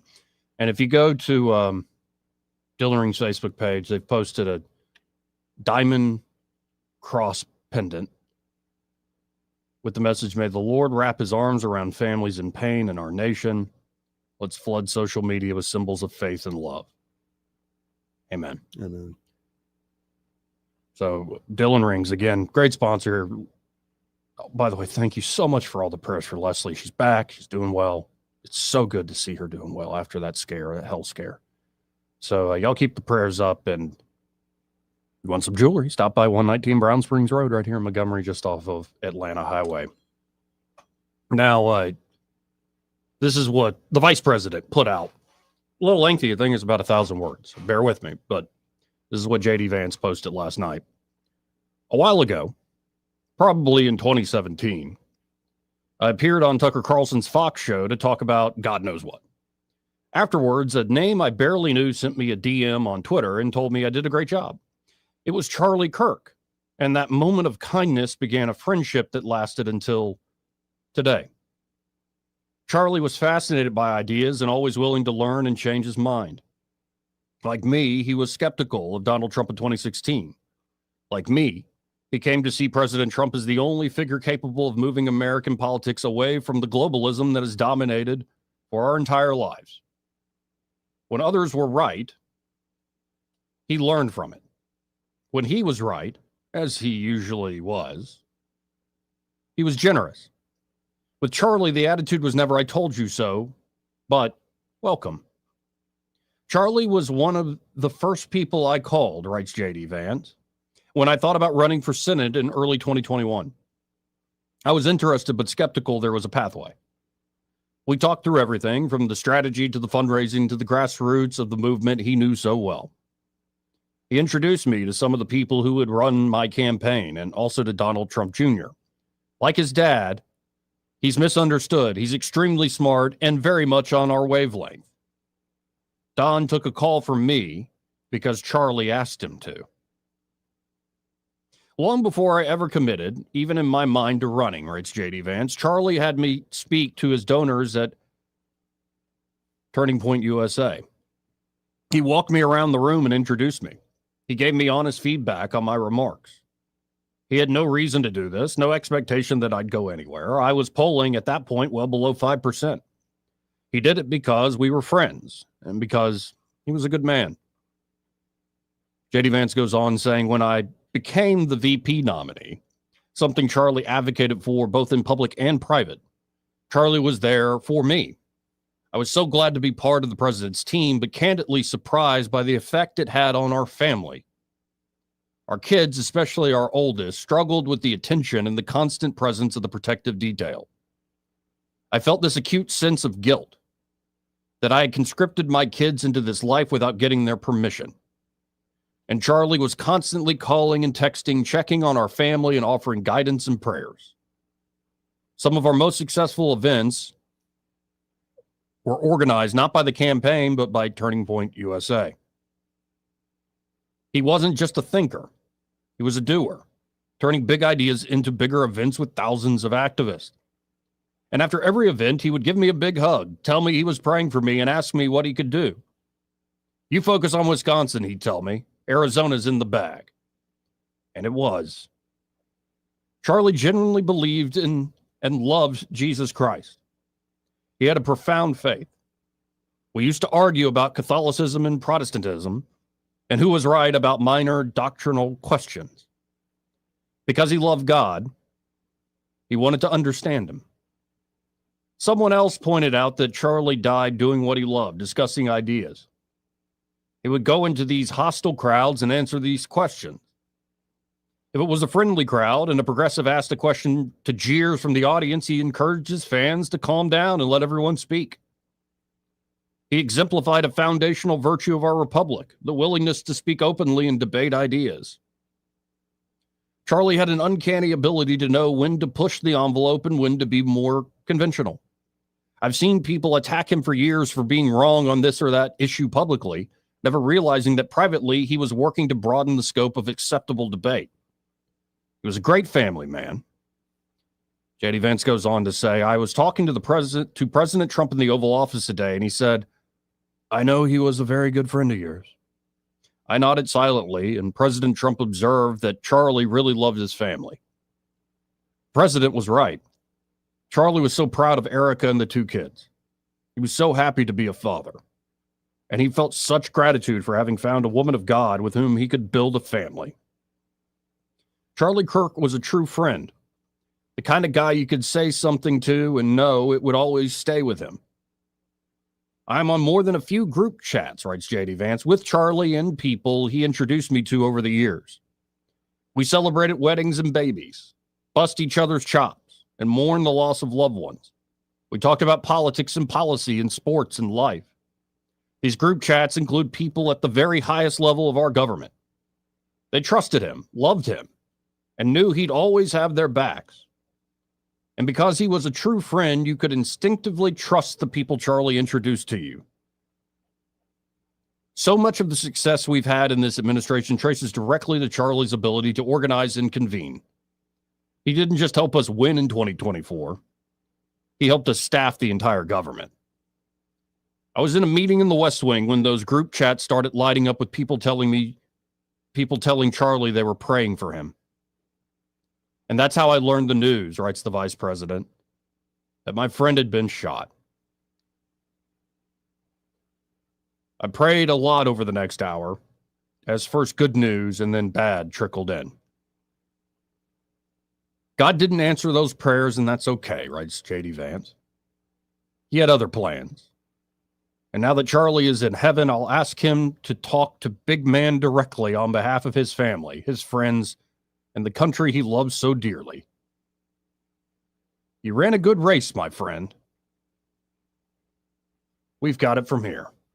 He may not know whether he's coming or going, but whether you're going to work or coming home, Greg Budell is there. Mornings, 6 till 9, and afternoons, 3 till 6. Only on News Talk 93.1 FM, WACV.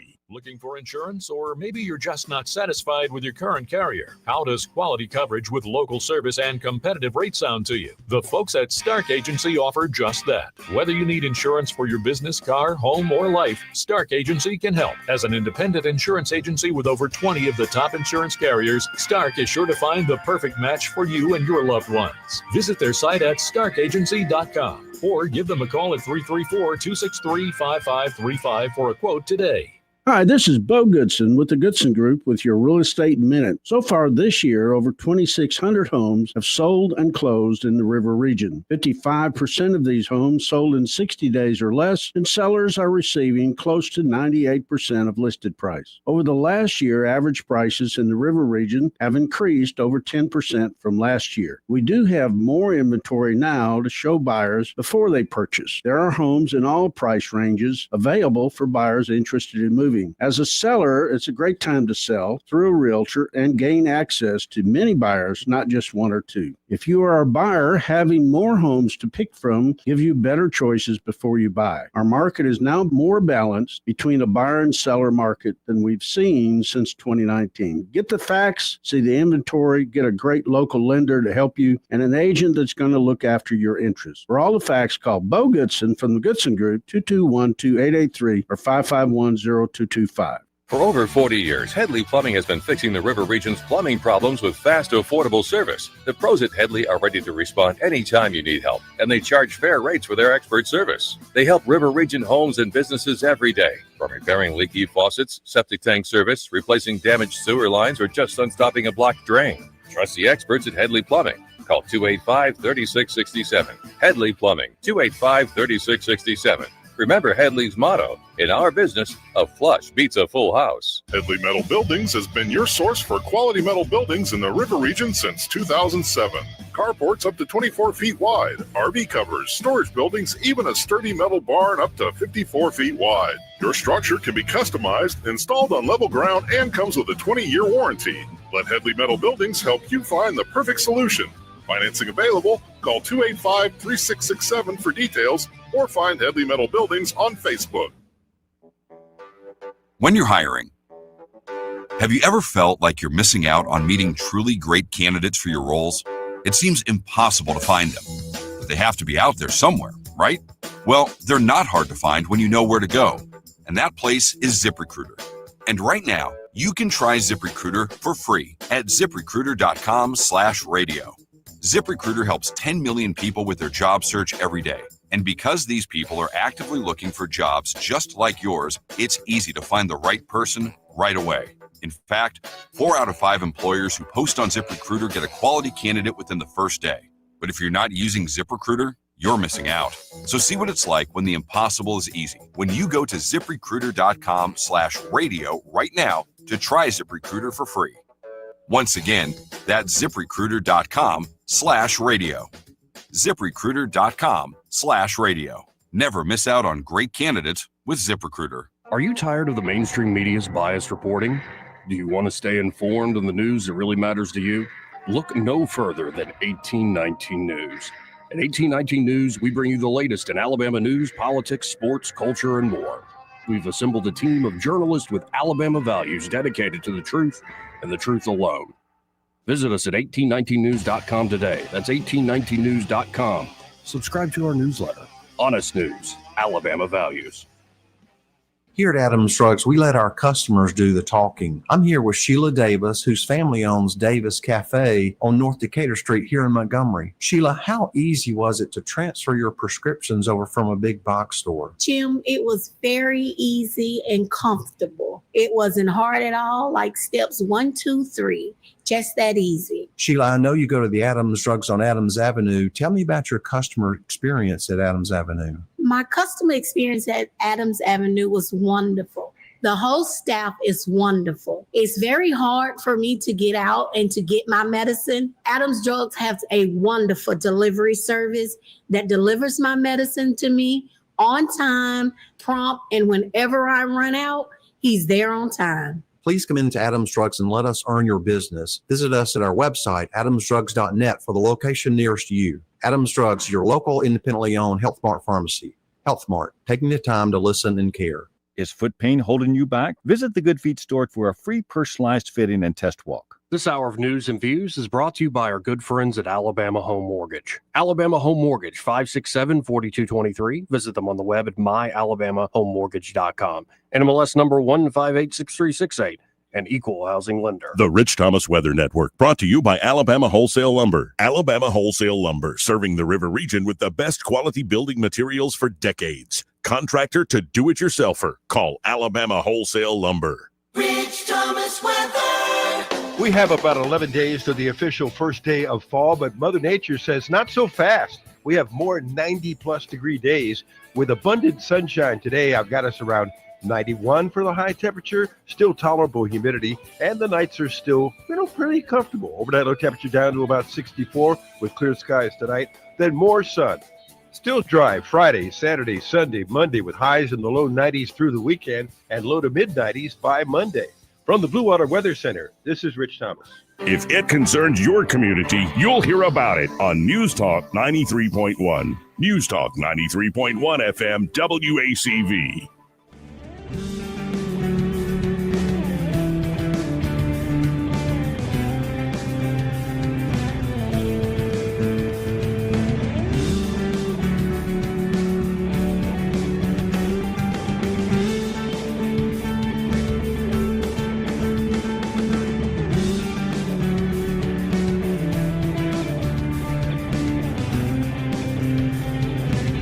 Joey Clark. Welcome back. This part of the program brought to you by Pest Pro Services and their Pest Pro Ashley and that fantastic team, ready to help you with any and all of your pest control needs. They do this now, a new monthly subscription model. That way you can have a regular budgeted item that is very reasonably priced. Like, I know a lot of y'all got like too many streaming services or other subscriptions you don't even use and you've forgotten about. This should be like top of the line. This should be up there with your water bill.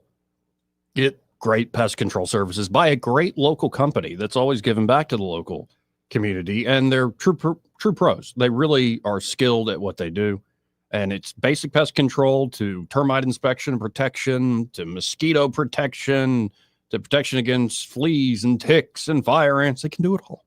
They're at Pest Pro. And as the seasons change here in the next month or two, hopefully it continues to get colder.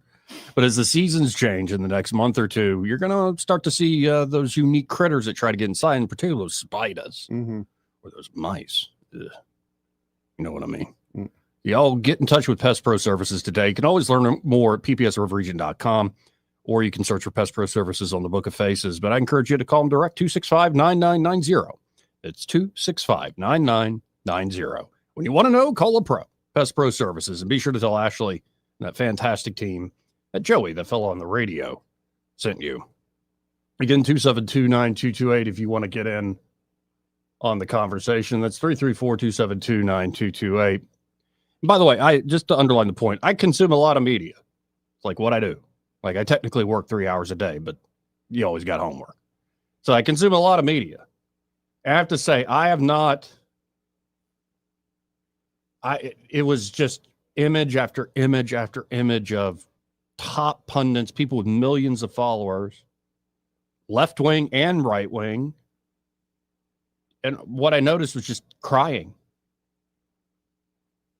At about 4 o'clock yesterday, everybody was just crying on camera.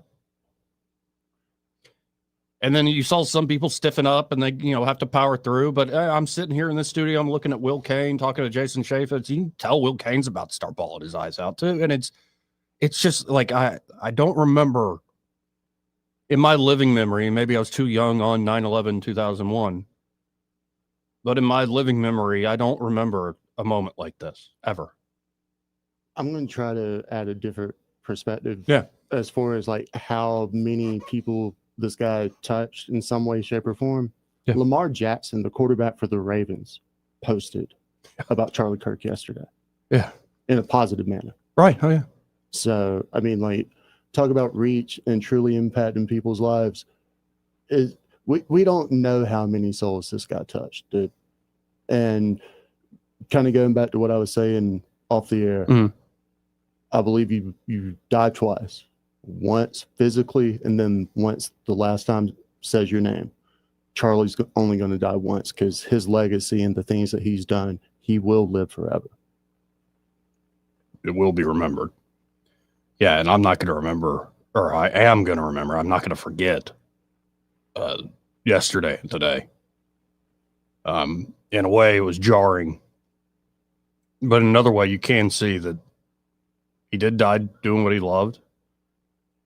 He did die sharing the gospel. I think one of the last words he said was just sharing the basic good news of Christ.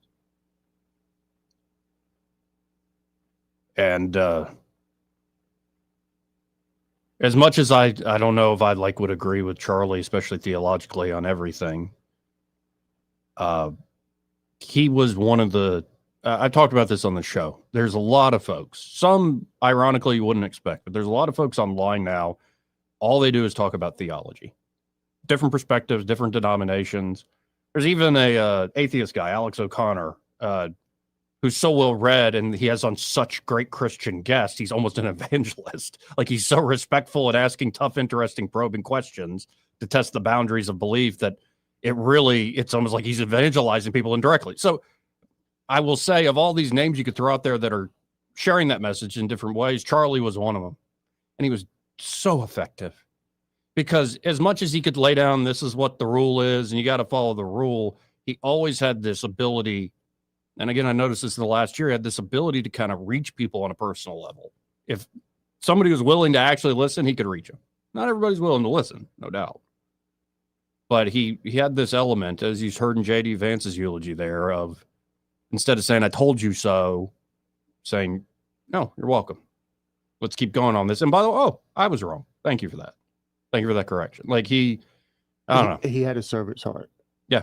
Which is what we should all aspire to have. Yeah. And apparently the man was, generous in ways that the public wasn't aware of all the time. And that's something that speaks to his character. Now, this is a longer thing. And these are two preachers, I guess a son and father. Is it the Connectity? Or I don't know. Y'all know them. I'm sorry for butchering their names. They're very good apologists for the gospel and spreading the word. And so some of it with these two, that Charlie was asked this question about being a Christian nation. And it's this sort of weight that Kirk could bring to these sort of conversations. Let's listen in together. I was articulated yesterday by a couple of my friends that our country was not founded on Christian principles. So I want to see how, like, an argument that you guys can give me to combat that. So essentially, they articulated to me that our country was founded on common law because the Declaration only refers to God 4 times and the Constitution doesn't refer to God at all. And it only articulates the structure of government. And is common law Christian in nature, or is it not? I can take it first. So this guy whoever said that doesn't really know what they're talking about. So first of all, remember that we were a collection of states and colonies, and you need to read the state constitutions before anything else. Yep. 9 out of 13 of the original states required you to be a Bible-believing Christian to serve in government at the time of the founding. You could even in actually, all 13 out of 13 required a declaration of faith. 9 out of 13 required you to be a Protestant, except Maryland, which was Catholic, which still required a declaration of faith. In almost every single one of the original state constitutions, Pennsylvania included, they had, I profess Lord and Jesus Christ as my Lord and Savior in the original state constitutions. So you remember, we're a collection of states before that. Secondly, 55 out of 56 of the original signers of the Declaration were Bible-believing, church-attending Christians. You asked about common law. So common law is inherited from Blackstone, who was Christian. A common law is an outgrowth of the scriptures. So let's go to 3 principles of common law. Presumption of innocence, due process, and jury of your peers. All 3 are biblical principles. So, and all wrapped into the ultimate biblical principle that You shall not favor justice if you are rich or poor, which is in Leviticus 19, right before the most famous part of Leviticus 19, which is that you should love your neighbor as yourself. But before that is that in the administration of justice, you shall not favor the rich or the poor, which is the idea of blind justice. We get that in the West, which is incorporated also in the New Testament ideal. Neither slave nor Greek nor Jew, you're all one in Jesus Christ, which we get the idea of human equality. These are all biblical ideas. They're not Enlightenment ideas, which is they kind of get conflated at the time. But more importantly than that, they say that God was only mentioned 4 times in the Declaration of Independence. Well, that's a big deal. Okay. Laws of nature and nature's God. The last paragraph of the Declaration reads as a prayer. It says, we appeal to the supreme judge of the universe. Who's the judge of the universe? Jesus Christ, as it says in Revelation, that Jesus will judge the earth on his throne. So in the Declaration, they were praying to Christ our Lord as a prayer very specifically. Thirdly, as I said on stage yesterday, Deuteronomy was by far the most quoted book, religious or non-religious, in the time of the founding when they were putting together the Constitution, more than John Locke, more than Montesquieu, more than Blackstone. So the book of Deuteronomy, which talked about laws, customs, traditions, it was Moses' farewell address as he's about to say goodbye, say, hey, good luck in Canaan, guys. Here's how you should set up your form of government. But finally, and most importantly, let's look at actually what the founders said. John Adams famously said the Constitution was only written for a moral and religious people. It was wholly inadequate for the people of any other. The body politic of America was so Christian and was so Protestant that our form and structure of government was built for the people that believed in Christ our Lord. One of the reasons we're living through a constitutional crisis is that we no longer have a Christian nation, but we have a Christian form of government, and they're incompatible. So you cannot have liberty if you do not have a Christian population. So that's just a surface level belief. So then they'll go to the First Amendment, which has two parts of the First Amendment which get conflated. First of all, separation of church and state is not in the U.S. Constitution. That is a single letter that Thomas Jefferson wrote in 1807 to the Danbury Baptist Convention in Massachusetts, assuring them that the government would not come after the church, okay, which is the opposite of what they would say. However, that was then resurrected by the Warren Court and the Burger Court in the 60s, where they said, hey, all of a sudden we're now going to make this as if it's the Constitution. It does say in the Constitution 2 things, which is the Establishment Clause and the Free Expression Clause. The Establishment Clause is that Congress shall make no law prohibiting the free exercise thereof. What they were most worried about was a Presbyterian or a Anglican or a Quaker type religion taking over the federal government. Instead, it was that there is not going to be a state-run religion or a state-run government. Did you know that one of the first acts of Congress was taxpayer-funded Bible printing and distribution? Did you know that there were church services held in the Supreme Court building as late as the Jackson presidency in the 1820s? But going back to this idea of separation of church and state, and again, I could riff on this ad nauseum because it's just so ridiculous, right? Is that it's not biblical because first, it's not biblical. It's not constitutional because you go a layer deeper. People that even say that, do you believe in separation of morality and state? Nobody does. So all laws are a reflection of morality, and all morality comes from somewhere. There is no such thing as neutral morality. And we believe what the founders believed because they put it in the halls of Congress, they put it in the Supreme Court, and they put it all throughout the country, which is that the Decalogue, the 10 Commandments, is the core morality of how a society and a civilization should exist, right? The 10 Commandments of every person.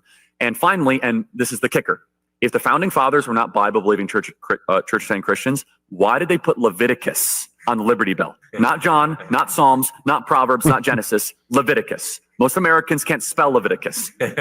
Leviticus 25:19, proclaim liberty throughout the land of which you are in.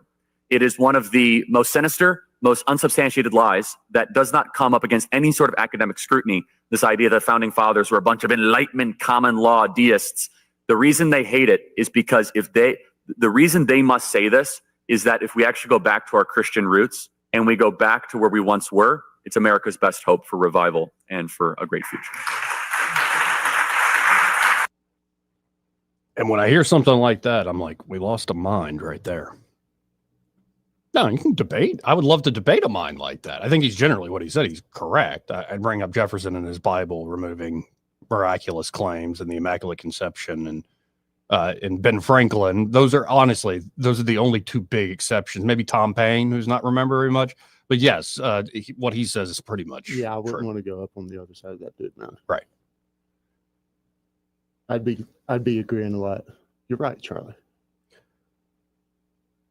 Well, we got to hit another break. First, this entire hour brought to you by Alabama Home Mortgage, and they're at Alabama Home Mortgage. They're ready to help you, whether you're looking to buy or refinance a home. And maybe you've been thinking about buying a place, but you've been procrastinating. Well, why not go ahead and get pre-approved, especially if we're expecting interest rates to fall here soon, maybe fast. Go ahead and get pre-approved. That way you can hit the ground running, hit the housing market as a buyer, and you're confident in what you can purchase. And Alabama Home Mortgage will walk with you every step of the way from pre-approval to closing day. And of course, with a refinance deal, whether you're looking to get credit card debt off your back, other sorts of debt off your back, maybe you're in retirement or close to retirement, want to bring down your monthly overhead costs, or whatever goal you might have, they can help you there at Alabama Home Mortgage with a great refinance deal. So check them out today. You can always call them direct at 567-4223. That's 567-4223.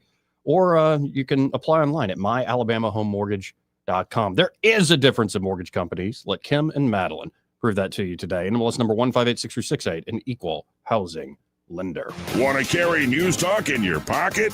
Download the News Talk 93.1 app from the App Store. Available on iPhone and Android. Never miss a moment. Download now.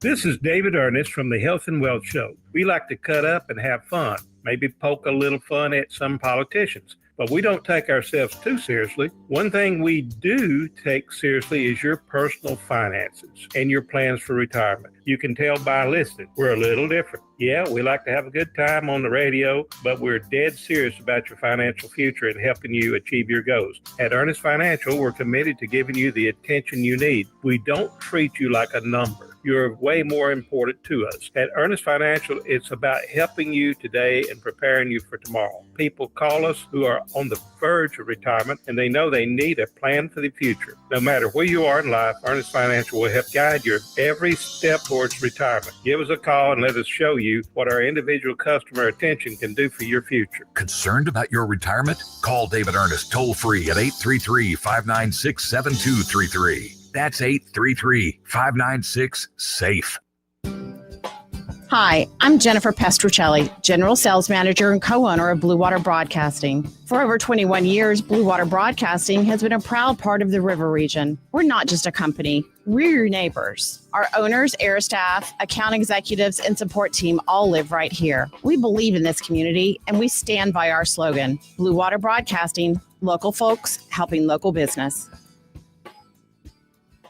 When it comes to selling your home, would you trust your biggest investment to a part-time agent? Someone who might treat your sale as a second priority? Not us. I'm Hannah Grantham. And I'm Eddie Bader. Real estate is all we do and all we've been doing for over a decade. That's right. We work around the clock to make sure you and your investment are top priority. We're top producing agents with a highly respected reputation for results, and we'll treat you and your sale with the respect and time you deserve. So if you're thinking of selling, call or text us at 334-368-6358. And let us show you how real estate is done. This hour of news and views is brought to you by our good friends at Alabama Home Mortgage. Alabama Home Mortgage, 567-4223. Visit them on the web at myalabamahomemortgage.com. NMLS number 1586368, an equal housing lender. News and talk without the static. The River Region's most trusted voice. News Talk 93.1 FM WACV.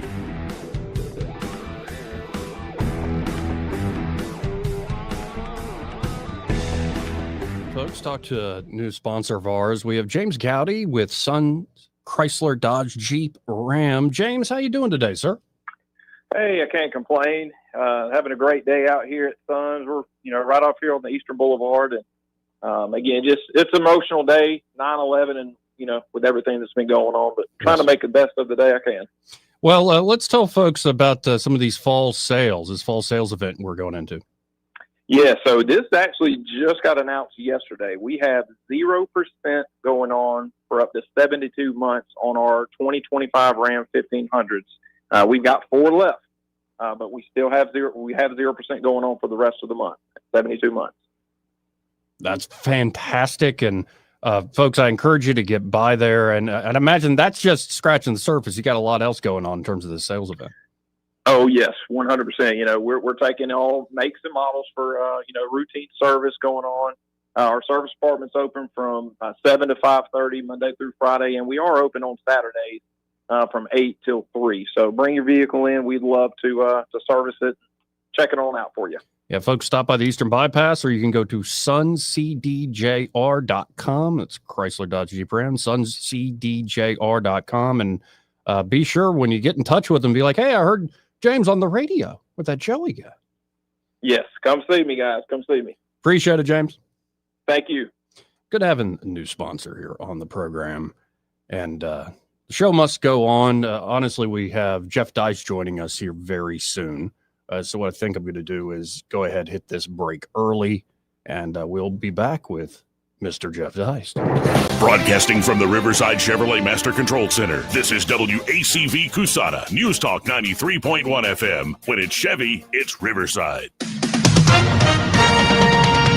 With SRN News, I'm John Scott. Security experts are questioning the protection provided to Charlie Kirk at the Utah College where he was fatally shot.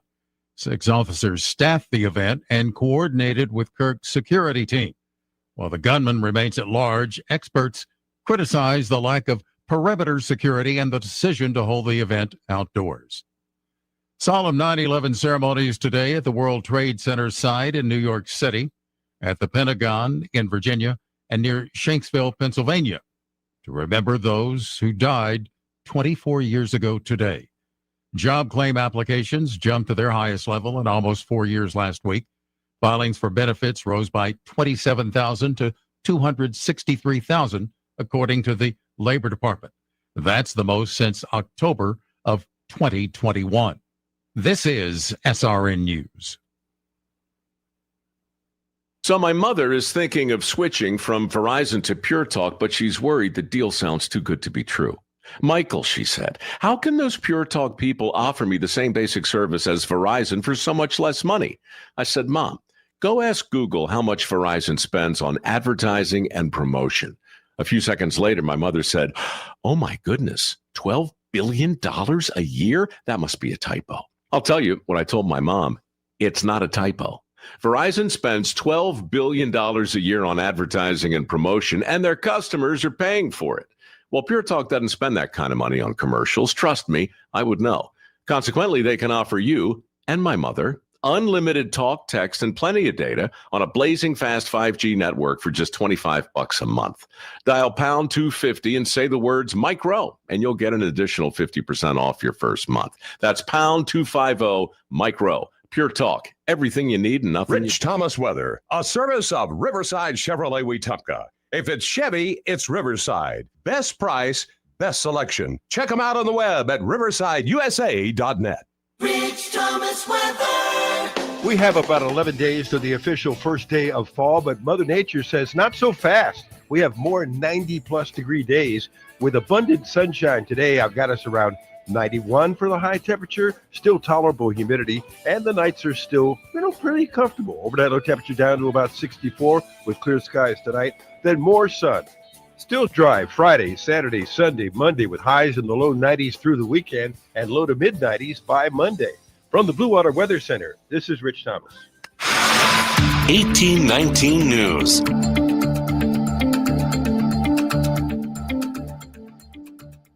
A 23-year-old man was killed in a single vehicle crash in Pinson early Wednesday morning. The Jefferson County Coroner's Office has identified him as Gregory Harper. Authorities say Harper's vehicle left the roadway along Highway 79 and struck a tree. He was the sole occupant. Emergency crews transported him to UAB Hospital, where he was later pronounced dead. Jefferson County Sheriff's Office is leading the investigation into what caused the vehicle to veer off the road. They have not released additional details. I'll be back with more Alabama news after this. Brian Dawson here, CEO of 1819 News. I'm also the host of 1819 News, the podcast, and we'd love for you to join us by listening to our weekly show on all the top podcast apps, both in audio and video format. At 1819 News, the podcast, we are in pursuit of a free and flourishing Alabama. Every week, we're having important conversations with guests from across this great state, all with the goal of equipping Alabamians to be in pursuit of a free and flourishing Alabama with us. New episodes are released weekly. I hope you'll join us. Madison City Schools is stepping up security with a new weapon detector, but this one has 4 legs and a tail. Gemini, a 16-month-old black Labrador, patrols middle and high schools with her handler, K-9 Officer John Kern. She's trained with Auburn University's Vaporwake technology. which allows her to sniff out the odor of gunpowder in the air, even from a weapon that hasn't been fired in years. After 2 separate gun incidents in Madison schools last fall, officials say Gemini provides a strong deterrent. Unlike metal detectors, her schedule is randomized, so no one knows where she'll be. For 1819 News, I'm Garrison Hardy. For more news affecting Alabamians, go to 1819news.com. And while you're there, subscribe to the daily newsletter. This hour of News and Views is brought to you by our good friends at Cole Plumbing, 279-8919. Cole Plumbing is number 1 in the number 2 business. You don't have to dig a hole. They have proprietary pipelining technology. Ask them about their tankless water heaters. Remember, when you have trouble with your bowl, call on Cole. The views and opinions of the following program are solely those of the host and other contributors. These do not necessarily represent those of Liberty Acquisitions 825, Blue Water Broadcasting, its management, staff, or any advertisers.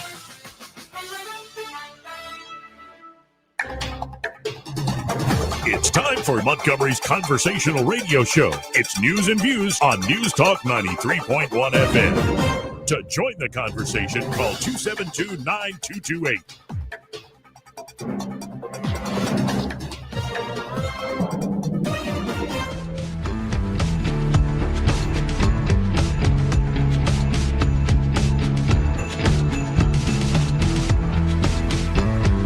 Now, as promised, let's go right to the phones. Always enjoy having this fella on. The one, the only Jeff Dice, former chief of staff to Ron Paul, and just a great guy all around, a lot of good insights, and yeah, good to have a breakfast with. Hey, Jeff, how you doing today, man? Good afternoon, Joey. How are you? I feel better than Byron, who's in the studio with me, can attest this. I think I'm doing better than when I started today. What is your reaction to this awful news that we've been witnessing since yesterday? Very interesting when we think of, let's say, I guess people, Joey, are calling this a political assassination. Yeah. And I suppose that's correct, regardless of the motive of the shooter, in one sense, in that he picked out Charlie Kirk as opposed to, some random citizen. So that I think that part is clear. But the truth is that political violence, and including assassinations, have a long and storied history in America. This is not new. And I'm trying to impress on my kids, for example, today, that America has certainly seen greater degrees of violence, political violence, maybe arguably in the 60s and 70s. So it's very disconcerting. And I think with social media, we're hit with a little bit more detail and knowledge than we would if we were just waiting for our, local paper or whatever. But, it's clear that there's an ongoing problem and it's not getting better. Yeah, and it does seem like the cruel irony of the guy who really wanted to talk to anybody and debate anybody. We're not. The talking stops and the violence begins, and in many ways, it feels like a lot of people, in reaction to this, talking past one another. Yes, and it goes to this greater notion. Steve Bannon, who was one of the architects of their first campaign, came up with this concept of post-persuasion America, meaning we're all just sort of doubling down on our worldviews. We're not using the internet to seek out alternative or new thinking. We're doing the opposite. We're digging our heels in, and that we're really almost past the debate or the philosophy or the ideology, and it's just which side can mobilize or overcome the other. Yeah, and not to pry too much, but both your kids were aware of Charlie Kirk, kind of knew his work, and I just can't imagine seeing teenagers react to this. I'm 37 years old almost, and it's really troubled me, as I was telling you off air. How when you talk to the kids, how they holding up? Well, it's strange. I have one in college and one in high school, and they were both very aware of Charlie Kirk, unbeknownst to me. Right, so it's clear that he did have a following that skewed younger, because I know of him only remotely. And so I think that's interesting. And the fact that a lot of their peers in high school and college knew about him and were talking about this event or upset by it or whatever is, I think that's a testament to the idea that effective people today, whether we like it or not, they use different formats in different contexts. They use social media, for example.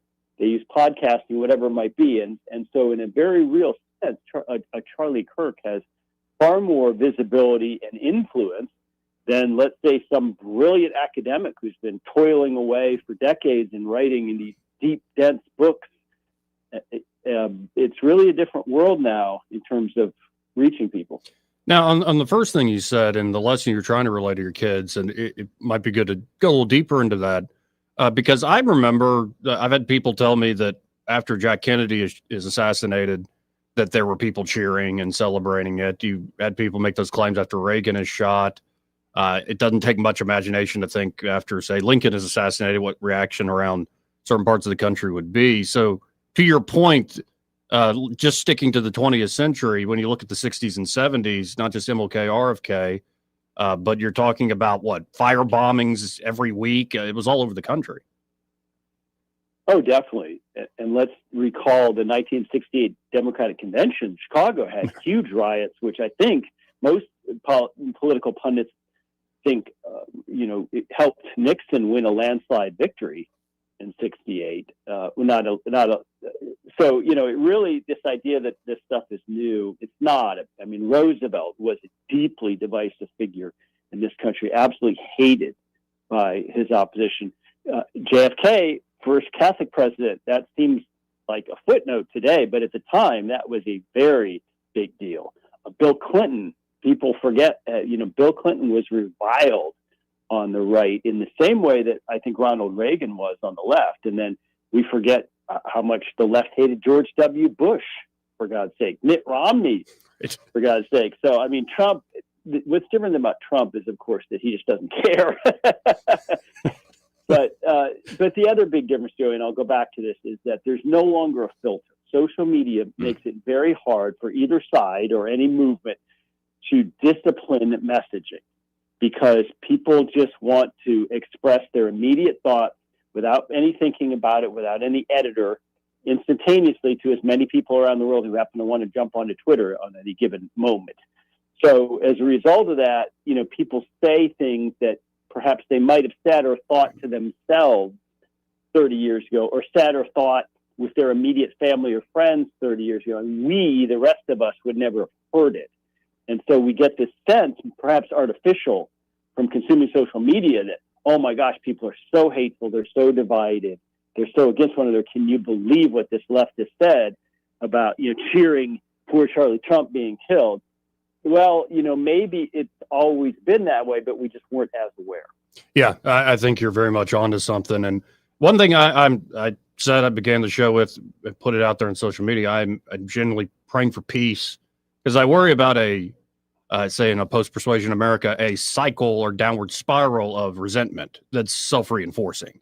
And it's happened many times in history. And I guess I've brought this up with you before. This is why I am cheering for Trump to succeed to some degree, because at least we still don't have hyperinflation and a broken economy, though it might still be broken. We just don't know it yet.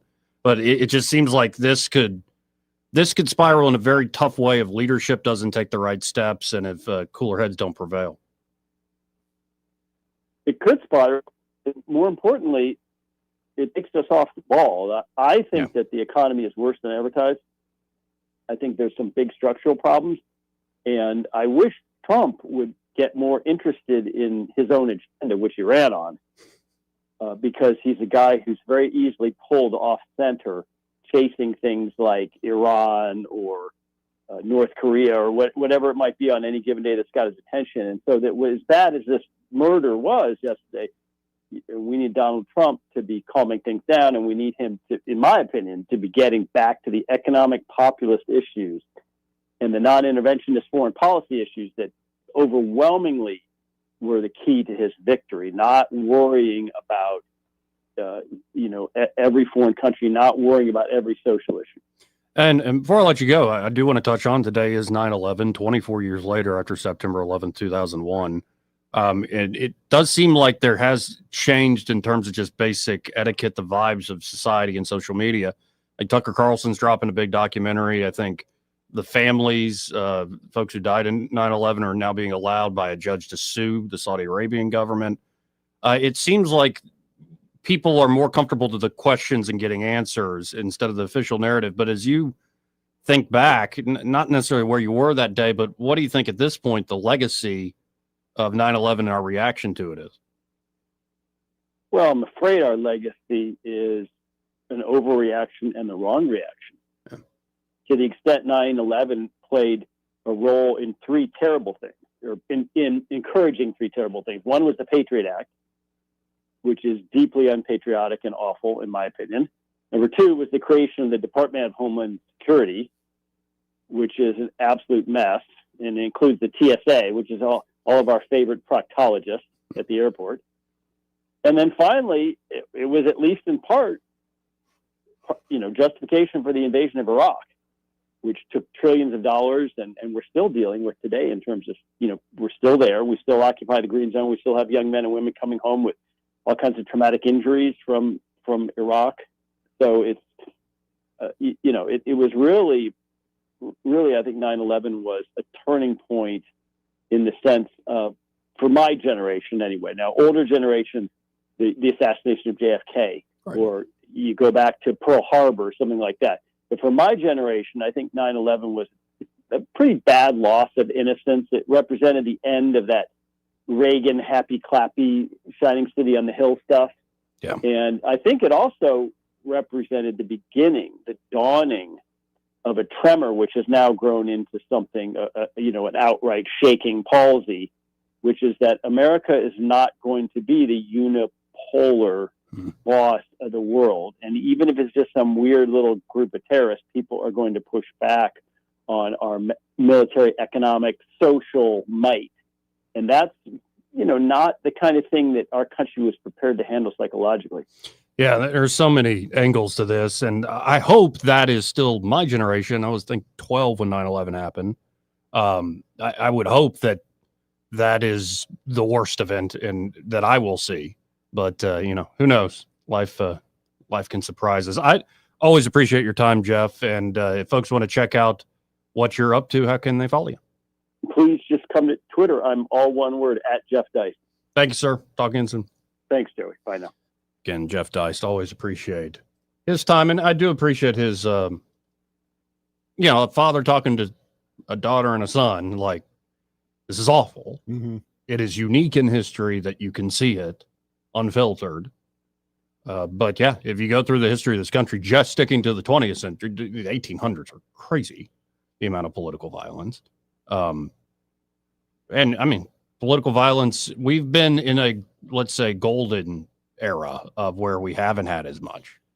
I think it's going to get worse. I mean, let's use the old tavern being the kind of, picturesque place where people got together for, conversation and discourse. This thing right here, you might have one or two wackadoos in your town and going into your tavern, but now the wackadoos can go seek each other out. And whenever you get a bunch of them kind of all mobbed up together, who knows how much longer and how deeper some of these acts may go. Well, and to your point, the promise of the internet, I think 9/11 is the beginning of, like, you're starting to feel the death of that initial promise, which what was the stupid word? A netizen.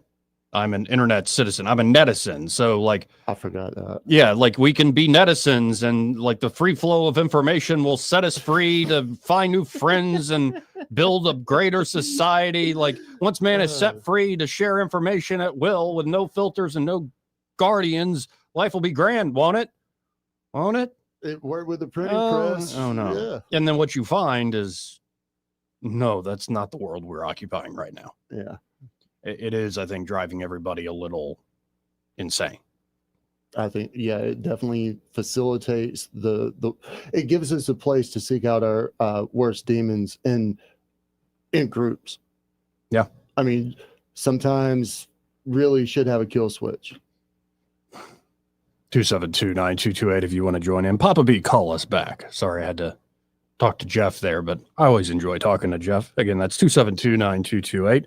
Again, this part of the program brought to you by Josh and Leslie Ryder. They're at Dillon Rings, and they are a full-service jewelry shop. What were you going to say? Nothing. Okay. Well, you do know the birthstone for this month, right? Sapphire. Yeah, if you're born in September, Sapphire is the birthstone, and it's what a great month to be born in. I think the vast majority of people are born in this month for some reason. The ninth month of the year, why would that be? Anyway, I guess New Year's Eve is all rocking. Or Christmas time is a rocking. I thought there were a lot of November babies. Yeah, I mean, and then you get into the springtime too. Anyway, you get the point. If you are a September baby, they have stuff there already. Sapphire jewelry. They can make you sapphire jewelry, custom design from scratch. Really cool what Josh Ryder can do. And of course, they can do so much more, from spa treatments to repairs to watch battery replacement and repairs. They do it all. Anything to do with jewelry, you got to work with Dylan Rings, Josh, and Leslie Ryder. So stop by today, 119 Brown Springs Road here in Montgomery, just off of Atlanta Highway. And be sure to tell them that Joey and Byron, those fellas on the radio, sent you Sapphire. Let's go to line one. You're on there. Who's this? This Crawdad. Hey, Crawdad. You mentioned sapphire. That is one of the most beautiful gemstones ever. The way it just has so much depth. Beautiful stone. It really is beautiful. And then, ironically, it's one of the trashiest stripper names. But it's so much fun to say. Yeah. Anyway, I didn't understand. I had to ask if you could help me remember something, please. Yeah. The saying goes like this. I'm thinking I'm close to it. That hate is where, like, drinking the poison and hoping the other guy dies. Yes. Am I close on no, that? you're right. Who said that? I don't know who that is attributed to off the top of my head. Hate is It's like drinking poison. Let's see.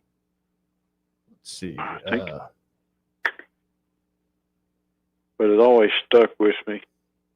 It's often attributed to Buddha. It's also a common folk saying, and it's attributed to various people over the years, from Nelson Mandela. Yeah, it's kind of just one of those folksy sayings. But it seems to work, doesn't it? You're going to garbage in, garbage out. You are what you eat. And if you hate, you're taking in the hate, it's going to eat you up, not the other one. Oh, yeah. So Charlie Kirk, poor fella, he's in this, can't even articulate how bad that hurts me. But I just say thank you guys for doing what you're doing and keeping things going. Today, of course, what you said about the young ones and parents teaching, that's very important. So we're keeping it all up and mentoring the young ones. So thank you very much. Appreciate you, Crawdad. 2729228. Let's go to line two. You're on there. Who's this? Yes, Papa B. Hey, Papa B. How you doing? As well as could be expected, I guess. Yeah. This has been a tough, rough few days here. Yes, it has. I always enjoy your interviews with Mr. Dice. Is that right? Yeah, Jeff Dice. Jeff, yeah, right. About Charlie Kirk, and I'm glad you played that a little earlier, that exchange that he had. I mean, but he and Vivek Ramaswamy are two people that I would point out as having just this rapid fire ability, just rapid fire, assimilate and toss out the ideas in a way that is very understandable. Yeah. And, completely, not with any kind of passionate hatred or anything like that, just the facts kind of thing, It's very impressive, very, very impressive. And the fact that when he was speaking, when he did that, when you listened to his little remarks there, I'm telling you, man, he had such command of history, of the Bible, of the facts. And, I know that some of it had to be at least thought through prior or ahead of time, Oh, yeah. But the way he was laying things out, this, I guess, is the reason that he's hated. Was this the reason that he was killed? You got to wonder. So. Yeah, and we'll see. The police are just still saying rapid developments, so we'll see the actual motivation, hopefully, of the shooter. But is it over the political stuff? Is it over his testament to Christ? What's it over? A bit of both, I would imagine. Yeah, Joey. None of it really. Well, you saw that deal where what somebody had hired some witches to put a curse on him or something. Oh yeah. I mean, what kind of hate is that? Yeah. You know, that's just sheer hate right there. And then you see the reaction of some of these folks really gleefully, like he deserved it type thing, or he should have seen that coming, or whatever. Right. And what you find, to your point, to give it back to you a little bit, number one, I also thought of Vivek Ramaswamy, and it's not just they're fast on their feet with the facts and figures and the background information, but they also, I've seen many instances where it's somebody that's supposedly hostile that they tell their fans to shut up, and then they figure out, by actually talking to this person like a person, we have a good conversation. Like I saw them do that over and over again. It's such a great skill. And then I'll also say, I think you've heard me over the years. For the longest time, I kind of thought Charlie was just a party guy, always smart and impressive debater, but he wasn't really I aged out of him watching him debate college kids. I'm like, okay, whatever. Right. But in the last year, he is one of many, but a prominent one of many, who has really been a great voice in, say, the Christian apologist theological discussions that are happening online. And it showed that foundation. And that's where I really started to like the guy. He was very convincing and he did it with grace. And I think that's what's tearing me up to see that ripped away all of a sudden. Well, and it's so needed, today, because I mean, these kids, most of them, they have no idea about they have no Bible knowledge, or very, very little. So very little. And, I mean, have somebody like that out there, yeah, it's a threat. I mean, I'm going to say that there's some anti-Christian zealots. Oh, sure. Out there. And that, this might have been one of those. Certainly, that's what Charlie Kirk represented, American Christianity in America at whatever level you might want to say. Why else was he gunned down? But it just, that has to factor into it. So I am so sorry that we've lost such a great guy at such a young age. And, God, praying for his family and kids and everything. So, but anyway, just wanted to pass along my thoughts today. So anyway, thank you, Bob. Have a good one, bud. I'll talk to you tomorrow. Yeah. Talk to you then. And apparently there's so many tributes being shared online.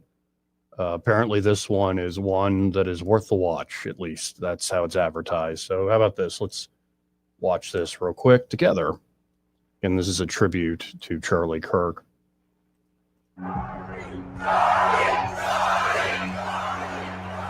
What advice do you have for me as I move into adulthood in order to become a more informed and involved citizen? Well, first of all, thank you for being here. And I have hope thanks to people like you. How old are you again? 13. 13. Here's a couple things I want to encourage you to do. Learn something new every single day. And focus on what it means to be a good person and a person of strong character. Aristotle said that courage is the ultimate virtue. Without it, there are no other virtues. If people aren't courageous, you don't have honesty. You don't have justice. You don't have beauty. You don't have wonder. And so at age 13, I want you to commit yourself to a life of courage. Courage is doing the right thing when you don't know how it's going to work out.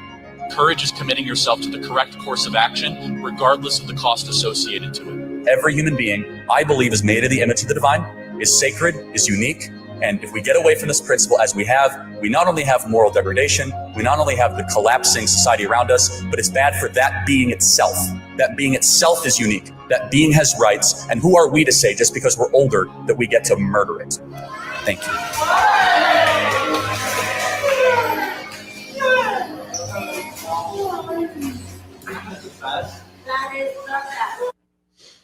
Ends with his daughter running up into his arms. Man, he lived the truth, in all aspects. And my hope is, in particular, I know this can practically be done. His voice is not going away. Mm-mm. Share all the great things he had to say for over these years and share them over and over again. With the same certainty.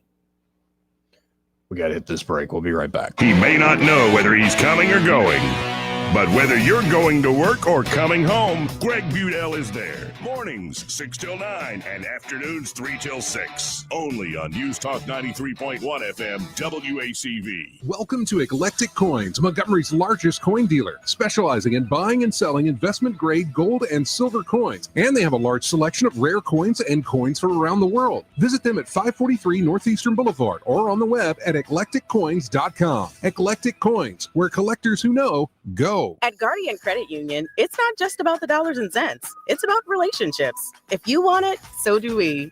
Need more adventure? So do we! Look forward to escaping the ordinary? So do we. Want to sharpen your skills in the kitchen? So do we.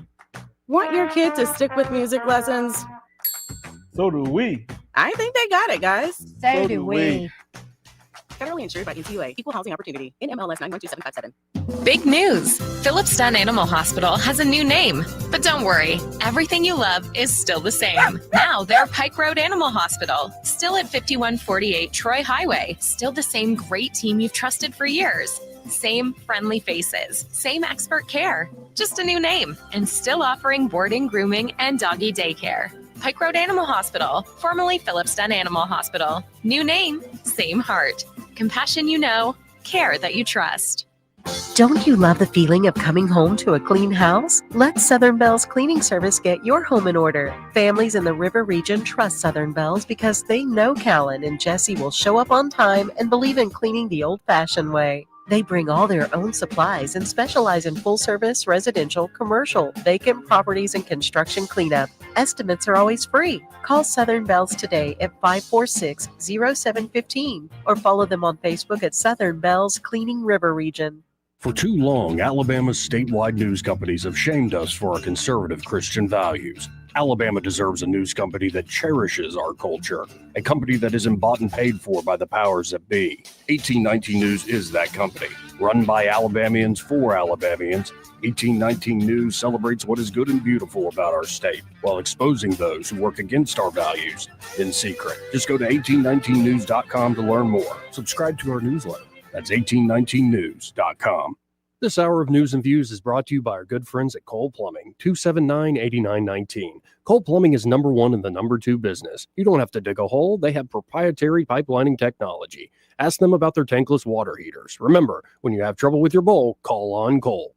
Calling all food lovers, Epicure is where your taste buds come to party. Start with the best steaks in the Southeast. And yes, we're bragging. The Brazilian flap steak? Forget everything you knew about steak. And the pasta, let's just say it makes that OG chain Italian pasta seem pretty forgettable. Pair it all with 58 beers on tap, a killer wine list, and pick 2 dinners for $52.99. Dinners served Tuesday through Saturday, 4 to 9. Epicure, your new foodie obsession.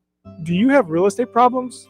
Whether you're facing foreclosure, inherited a property, or have costly repairs, we understand. At Rapid Fire Home Buyers, we're here to help. Any condition, any situation, we'll give you an honest cash offer for your home so you can move forward. Because when real estate problems cause you uncertainty, you deserve a solution you can trust. Any condition, any situation, we're here to help. Give Rapid Fire Home Buyers a call today at 334-675-1000. That's 334-675-1000. Weather, a service of H&H Carpets, where right now, get a load of this, listen close, you get a house full of carpet for $19.95 installed. Unbelievable. They're located at 6450 Atlanta Highway, just across from Walmart. Rich Thomas weather. We have about 11 days to the official first day of fall, but Mother Nature says not so fast. We have more 90-plus degree days with abundant sunshine today. I've got us around 91 for the high temperature, still tolerable humidity, and the nights are still, pretty comfortable. Overnight low temperature down to about 64 with clear skies tonight, then more sun. Still dry Friday, Saturday, Sunday, Monday with highs in the low 90s through the weekend and low to mid 90s by Monday. From the Blue Water Weather Center, this is Rich Thomas. Ready to borrow smarter this season? Apply online in minutes at yourasecu.com. Call 334-270-9011 or visit your local branch today. ASD Credit Union.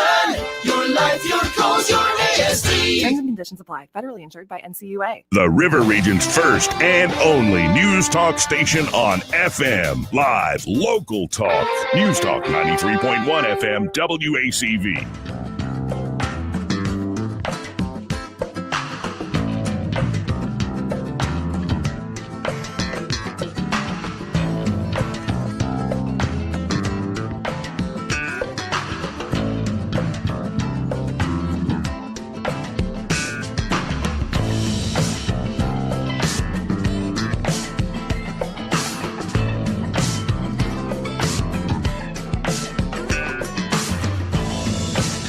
Joey Clark. Welcome back. Apparently, the FBI director, Kash Patel, is on his way to Utah. And the police saying there locally there is a major breakthrough or developing. So maybe they caught the guy finally.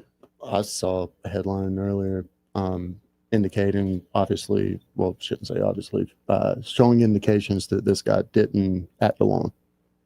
There might have been some other people around helping him. Oh, yeah. I mean, it seemed very well thought out.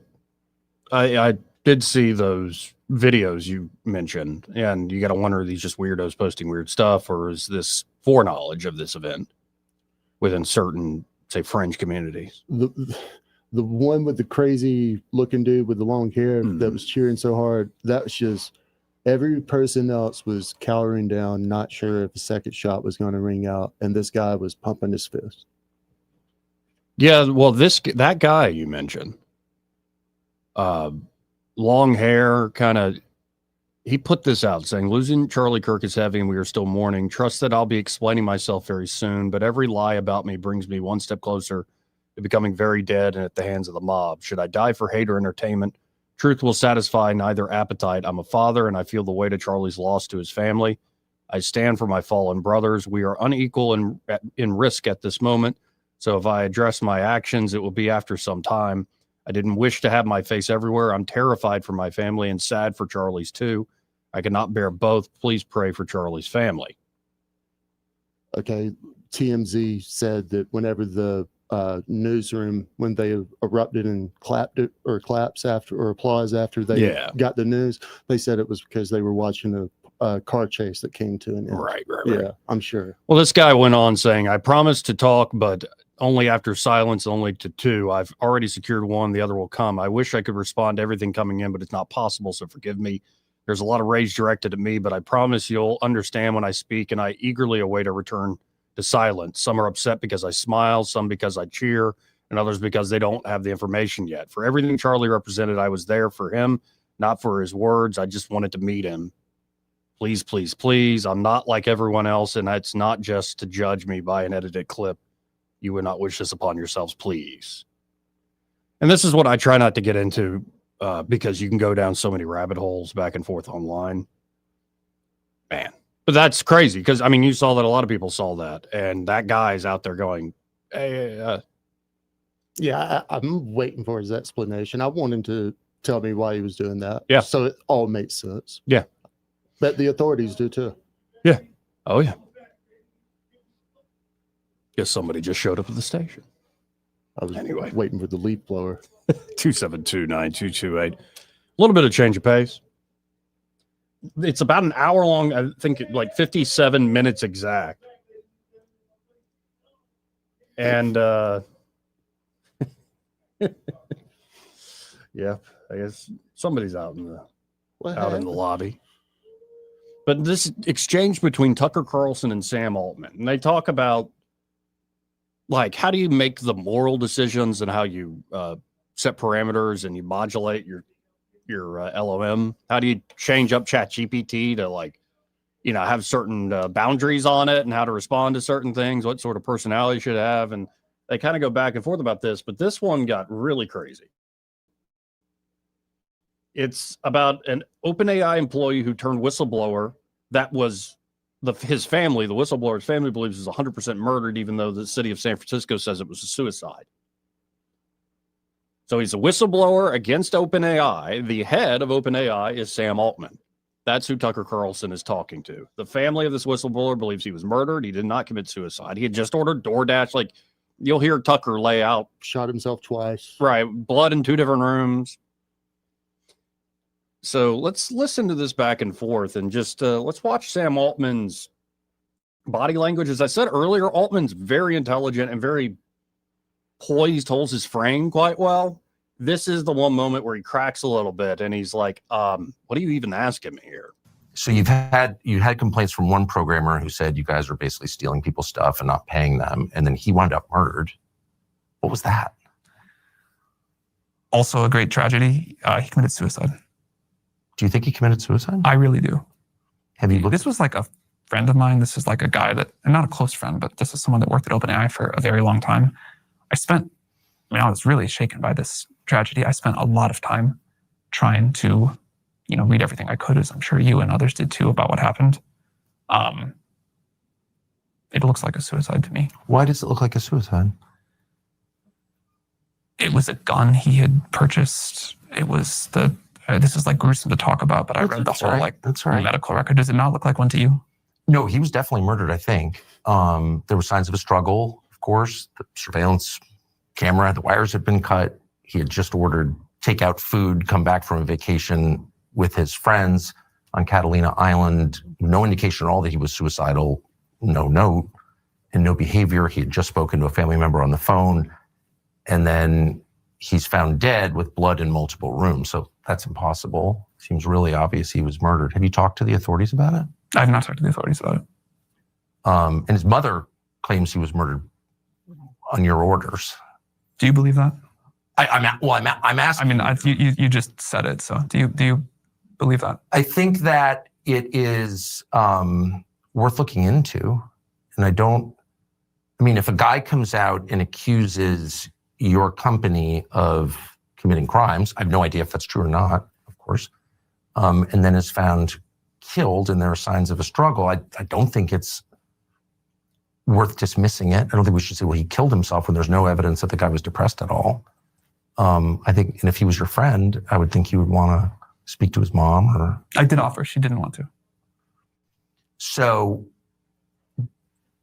do you feel that, when people look at that and they're like, it's possible that happened, do you feel that that reflects the worries they have about what's happening here? Like people are afraid that this is like... I haven't done too many interviews where I've been accused of like... Oh, I'm not accusing you at all. I'm just saying his mother says that.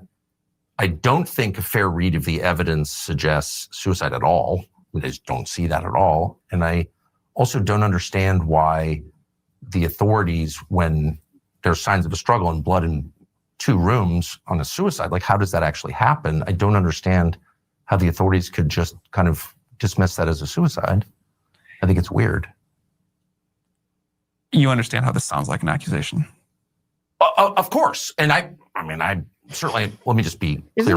I'm about halfway through it. Isn't this the damnedest thing? Like, this is a crazy interview. Do you believe that? Well, Sam, it depends on how you answer this question. He's very... now, you're not doing a very good job of answering the question. Once again, not accusing you of any wrongdoing, but I think it's worth finding out what happened. And I don't understand why the city of San Francisco has refused to investigate it beyond just calling it a suicide. I mean, I think they looked into it a couple of times, more than once, as I understand it.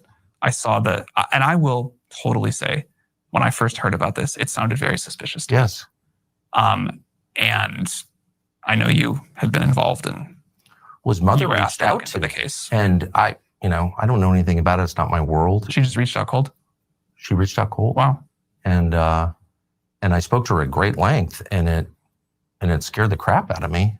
The kid was clearly killed by somebody. That was my conclusion, objectively, with no skin in the game. And you, after reading the latest report?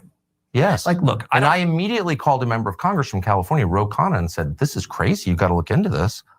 And nothing ever happened. And I'm like, what is that? Again, I think this is, I feel strange and sad debating this and having to I'm not myself even seem totally crazy. And you are a little bit accusing me, but this was like a wonderful person and a family that is clearly struggling. Yes. And I think you can totally take the point that you're just trying to get to the truth of what happened. And I respect that. But I think his memory and his family deserve to be treated with a level of respect and grief that I don't quite feel here. I'm asking at the behest of his family. So I'm definitely showing them respect. And I'm not accusing you of any involvement in this at all. What I am saying is that the evidence does not suggest suicide. And for the authorities in your city to elide past that and ignore the evidence that any reasonable person would say adds up to a murder, I think is very weird. And it shakes the faith that one has in our system's ability to respond to the facts. So what I was going to say is after the first set of information that came out, I was really like, man, this doesn't look like a suicide. I'm confused. This looks like... Okay. So I'm not being crazy here. Well, but then after the second thing came out and the more detail, I was like, oh, okay. What changed your mind? The second report on the way the bullet entered him and the sort of person who had like followed the sort of likely path of things through the room. I assume you looked at this too. Yes, I did. And what about that didn't change your mind? It just didn't make any sense to me. Why would the security camera wires be cut? And how did he wind up bleeding in 2 rooms after shooting himself? And why was there a wig in the room that wasn't his? And has there ever been a suicide where there's no indication at all that the person was suicidal who just ordered takeout food? I mean, who orders DoorDash and then shoots himself? I mean, maybe. I've covered a lot of crimes as a police reporter. I've never heard of anything like that. So no, I was even more confused. This is where it gets into, I think, a little bit painful, just not the level of respect I'd hope to show to someone with this kind of mental illness. I totally get it. It's people just do his commit family suicide without notes a lot. Like that happens. For sure. People definitely order food they like before they commit suicide. Like this is an incredible tragedy. And that's his family's view. And they think it was a murder. And that's why I'm asking the question. If I were his family, I am sure I would want answers. And I'm sure I would not be satisfied with really any. I mean, there's nothing that would comfort me in that, you know? Right. Like, so I get it. I also care a lot about respect to him. Right. What was his name again? I care greatly about him. Yeah. That's the guy who runs ChatGPT and OpenAI, by the way. Okay. Sam, I totally think you're innocent. I just want to say that for the record. You being a little facetious? No, Sam, I am not. Yeah, all right. I don't know. That was like you could feel the awkwardness jumping out through the audio and the video. Like, I don't know. It was real tense in that room. Was that dude a real life human being? Like, if you prick his finger, will blood come out? Or that's what I mean. He's very composed, very methodical about how he carries himself. Yeah, that was somebody from his team should have killed that. Well, and he went from being like composed most of the interview to that where he's still trying to be composed, but you can see how the tension is growing and he just doesn't even know what to say. Yeah, somebody should have pulled a fire alarm over in the corner somewhere. Especially when Tucker said, I'm asking at the behest of the family. How am I disrespecting him? Which is like, oh. Yeah. Crap. It's worth watching the whole hour if you're interested in who's running the biggest AI chatbot company in the world. And what's Till doing? Having a 4-part symposium on why he's not the Antichrist? Oh, no, that might be Peter Thiel. That's what I said, Till. Oh, Thiel. Okay. Yeah. Sorry.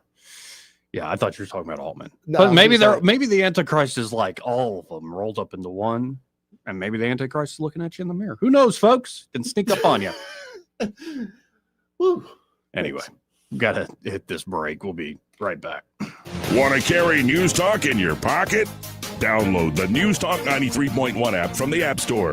Available on iPhone and Android. Never miss a moment. Download now. Some things can steal your sunshine. Ugh, I just got my hair done. Sorry, the cooler's broken. Anyone see my flip-flops? Anyone? But COVID-19 can steal a lot more. I just took a COVID test. Ugh. Prescription medications for COVID exist. If you test positive this summer, ask your doctor if they're right for you. Visit PfizerForAll.com/COVID-19 to learn more. Sponsored by Pfizer. This is Alice with Independent Glass. We advertise with Blue Water Broadcasting, and we get great results. If you want results like we get, you need to go with Blue Water. Blue Water Broadcasting is the #1 most listened to radio group in the River region. Find out how to put this reach to work for your business. Call us to find out how we can help. Blue Water Broadcasting. Local folks helping local business. Attention business owners. Did you know that about 90% of employees and customers are unhappy when they walk into a dirty building? Let Janny King, the king of clean, keep your business pristine. Janny King's local franchise owners can handle your cleaning needs with reliable, hands-on cleaning solutions that deliver more than just a clean space. Janny King comes with regional support, which ensures consistency and quality, allowing you to focus on all the other needs of your business. Go to JannyKingCleans.com. Janny King, the king of clean. This hour of news and views is brought to you by our good friends at Cole Plumbing, 279-8919. Cole Plumbing is #1 in the #2 business. You don't have to dig a hole. They have proprietary pipelining technology. Ask them about their tankless water heaters. Remember, when you have trouble with your bowl, call on Cole. Live local talk. The River Region's most trusted voice for news and opinion. News Talk 93.1 FM WACV.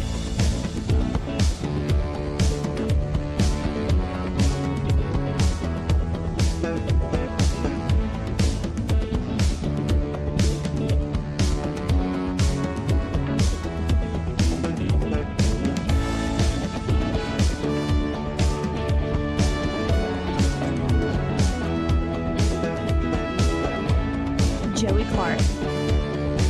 Welcome back. Let's go right to the phones, folks. Talk to Ray Bowles from Prattville Carpet. Hey, Ray. Hey, how you do? Are you doing all right? I really hadn't had a chance to listen today. I'm sorry. I'm doing better than I was at the beginning, and playing old clips of him, and just what an incredible person Charlie was, and incredible. And everybody keeps saying that he was assassinated. To me, he was not assassinated. He's a martyr. Oh yes, amen. He died because he would not back down with his belief of Jesus, and he was turning a lot of kids in college towards Jesus, and he got Satan's full attention. I think you're right. And I tell you the other thing, I was telling you that my emotions is I'm to the point of getting angry, and I'm really angry at the pastors in our churches for not standing up to the sins in this country and cowering down and afraid they're going to hurt somebody's feelings. Get over it. Start speaking truth in this country, or God's going to take his hands off of us, and it's going to get really bad really fast. You're here. And that's my emotion. So, like I said, I'm still in no mood to sell floors. But I've been praying for the family deeply. My heart goes out to everybody. And just keep praying for his poor wife and kids, guys. Well, appreciate it, Ray, and God bless her. Hey, I appreciate you too. Bye. Great guy there. Good sponsor, but really, really good guy. Salt of the earth. I mean, I love it.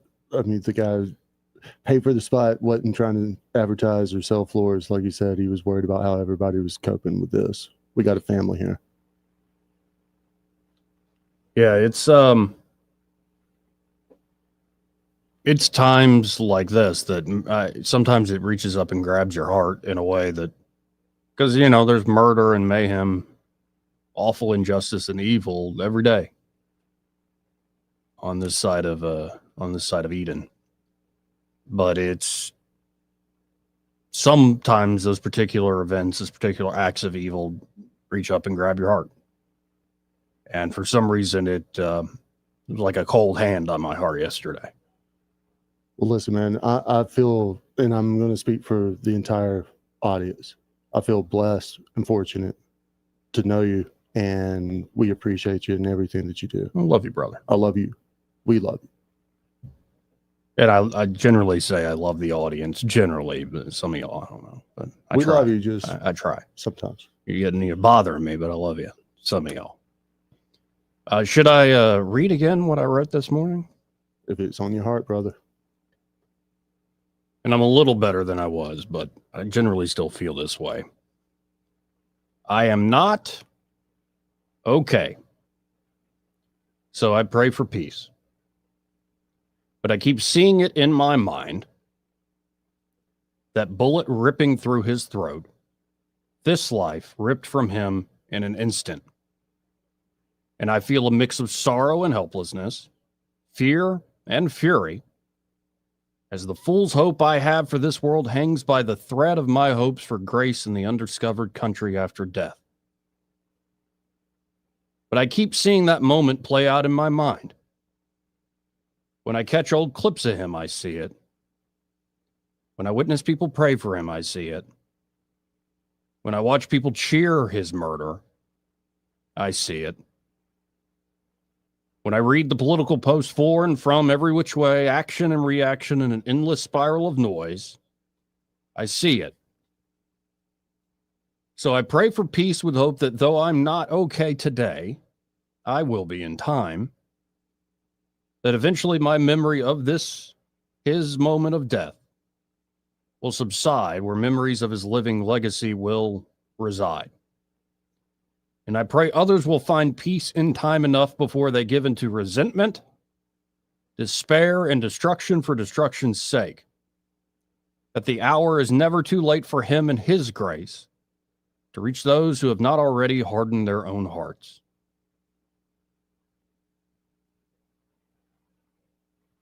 That's how I felt about it, at least this morning, and I still feel that way. I'm going to continue to pray for peace. Not only for this event, but in general. I'm sure I've contributed in some ways, lost my cool to ill will and bad feeling. And I write about resentment and despair and all this stuff because, heck, I've experienced it. And you try to fight against it. But we need peace more than ever. If it is at least peace of mind to hear one another. To have the courage to stick our necks out and actually talk to one another. Because if we get into that spiral of resentment, despair, and it's like, I don't think I can win this game, so I just want to flip the board over. That mentality is out there, and it's out there in a large way. I don't think it neatly matches up to, you can have your politics. I think it's across the board. Maybe it's the new social media world and the new unfiltered media world where you see a young man's throat ripped from him, blood everywhere, unfiltered. Welcome to America 2025. You can see anything you want because we're free to, right? So I don't know the exact cause, but I pray for peace. That people take their prayers serious. And then in those moments where you do feel like things are so bad, how can you believe? Things are so evil, how could there be a good God? Even if you, in your own mind, put God on trial, if you still have the humility to say at the end of the day, I'm not God, and let me go say my prayers anyway. That's what I hope for.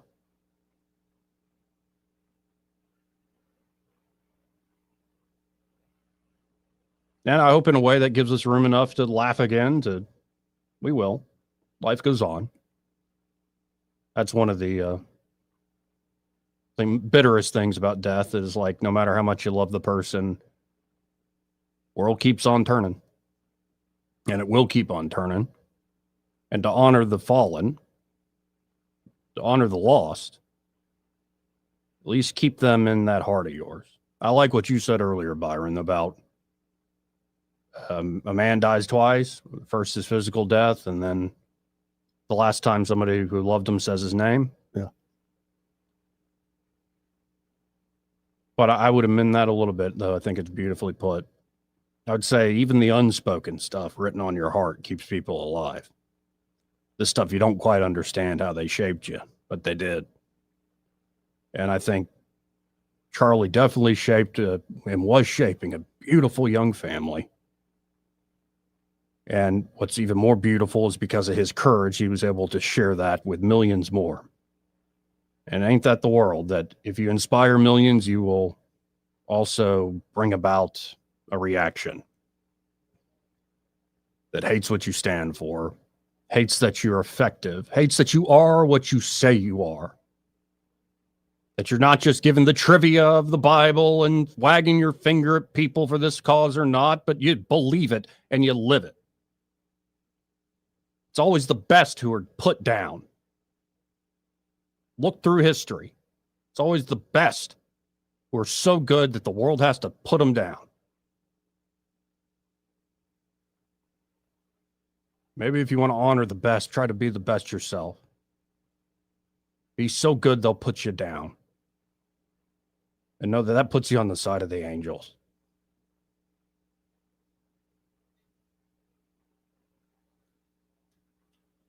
Thank you for being here today. Love you, man. Love you too. Love all y'all listening. Some caveat. Y'all stay tuned. Happy hour, if we can call it that, with Greg Budell and Pamela. They're next. Broadcasting from the Riverside Chevrolet Master Control Center, this is WACV Cusada, News Talk 93.1 FM. When it's Chevy, it's Riverside.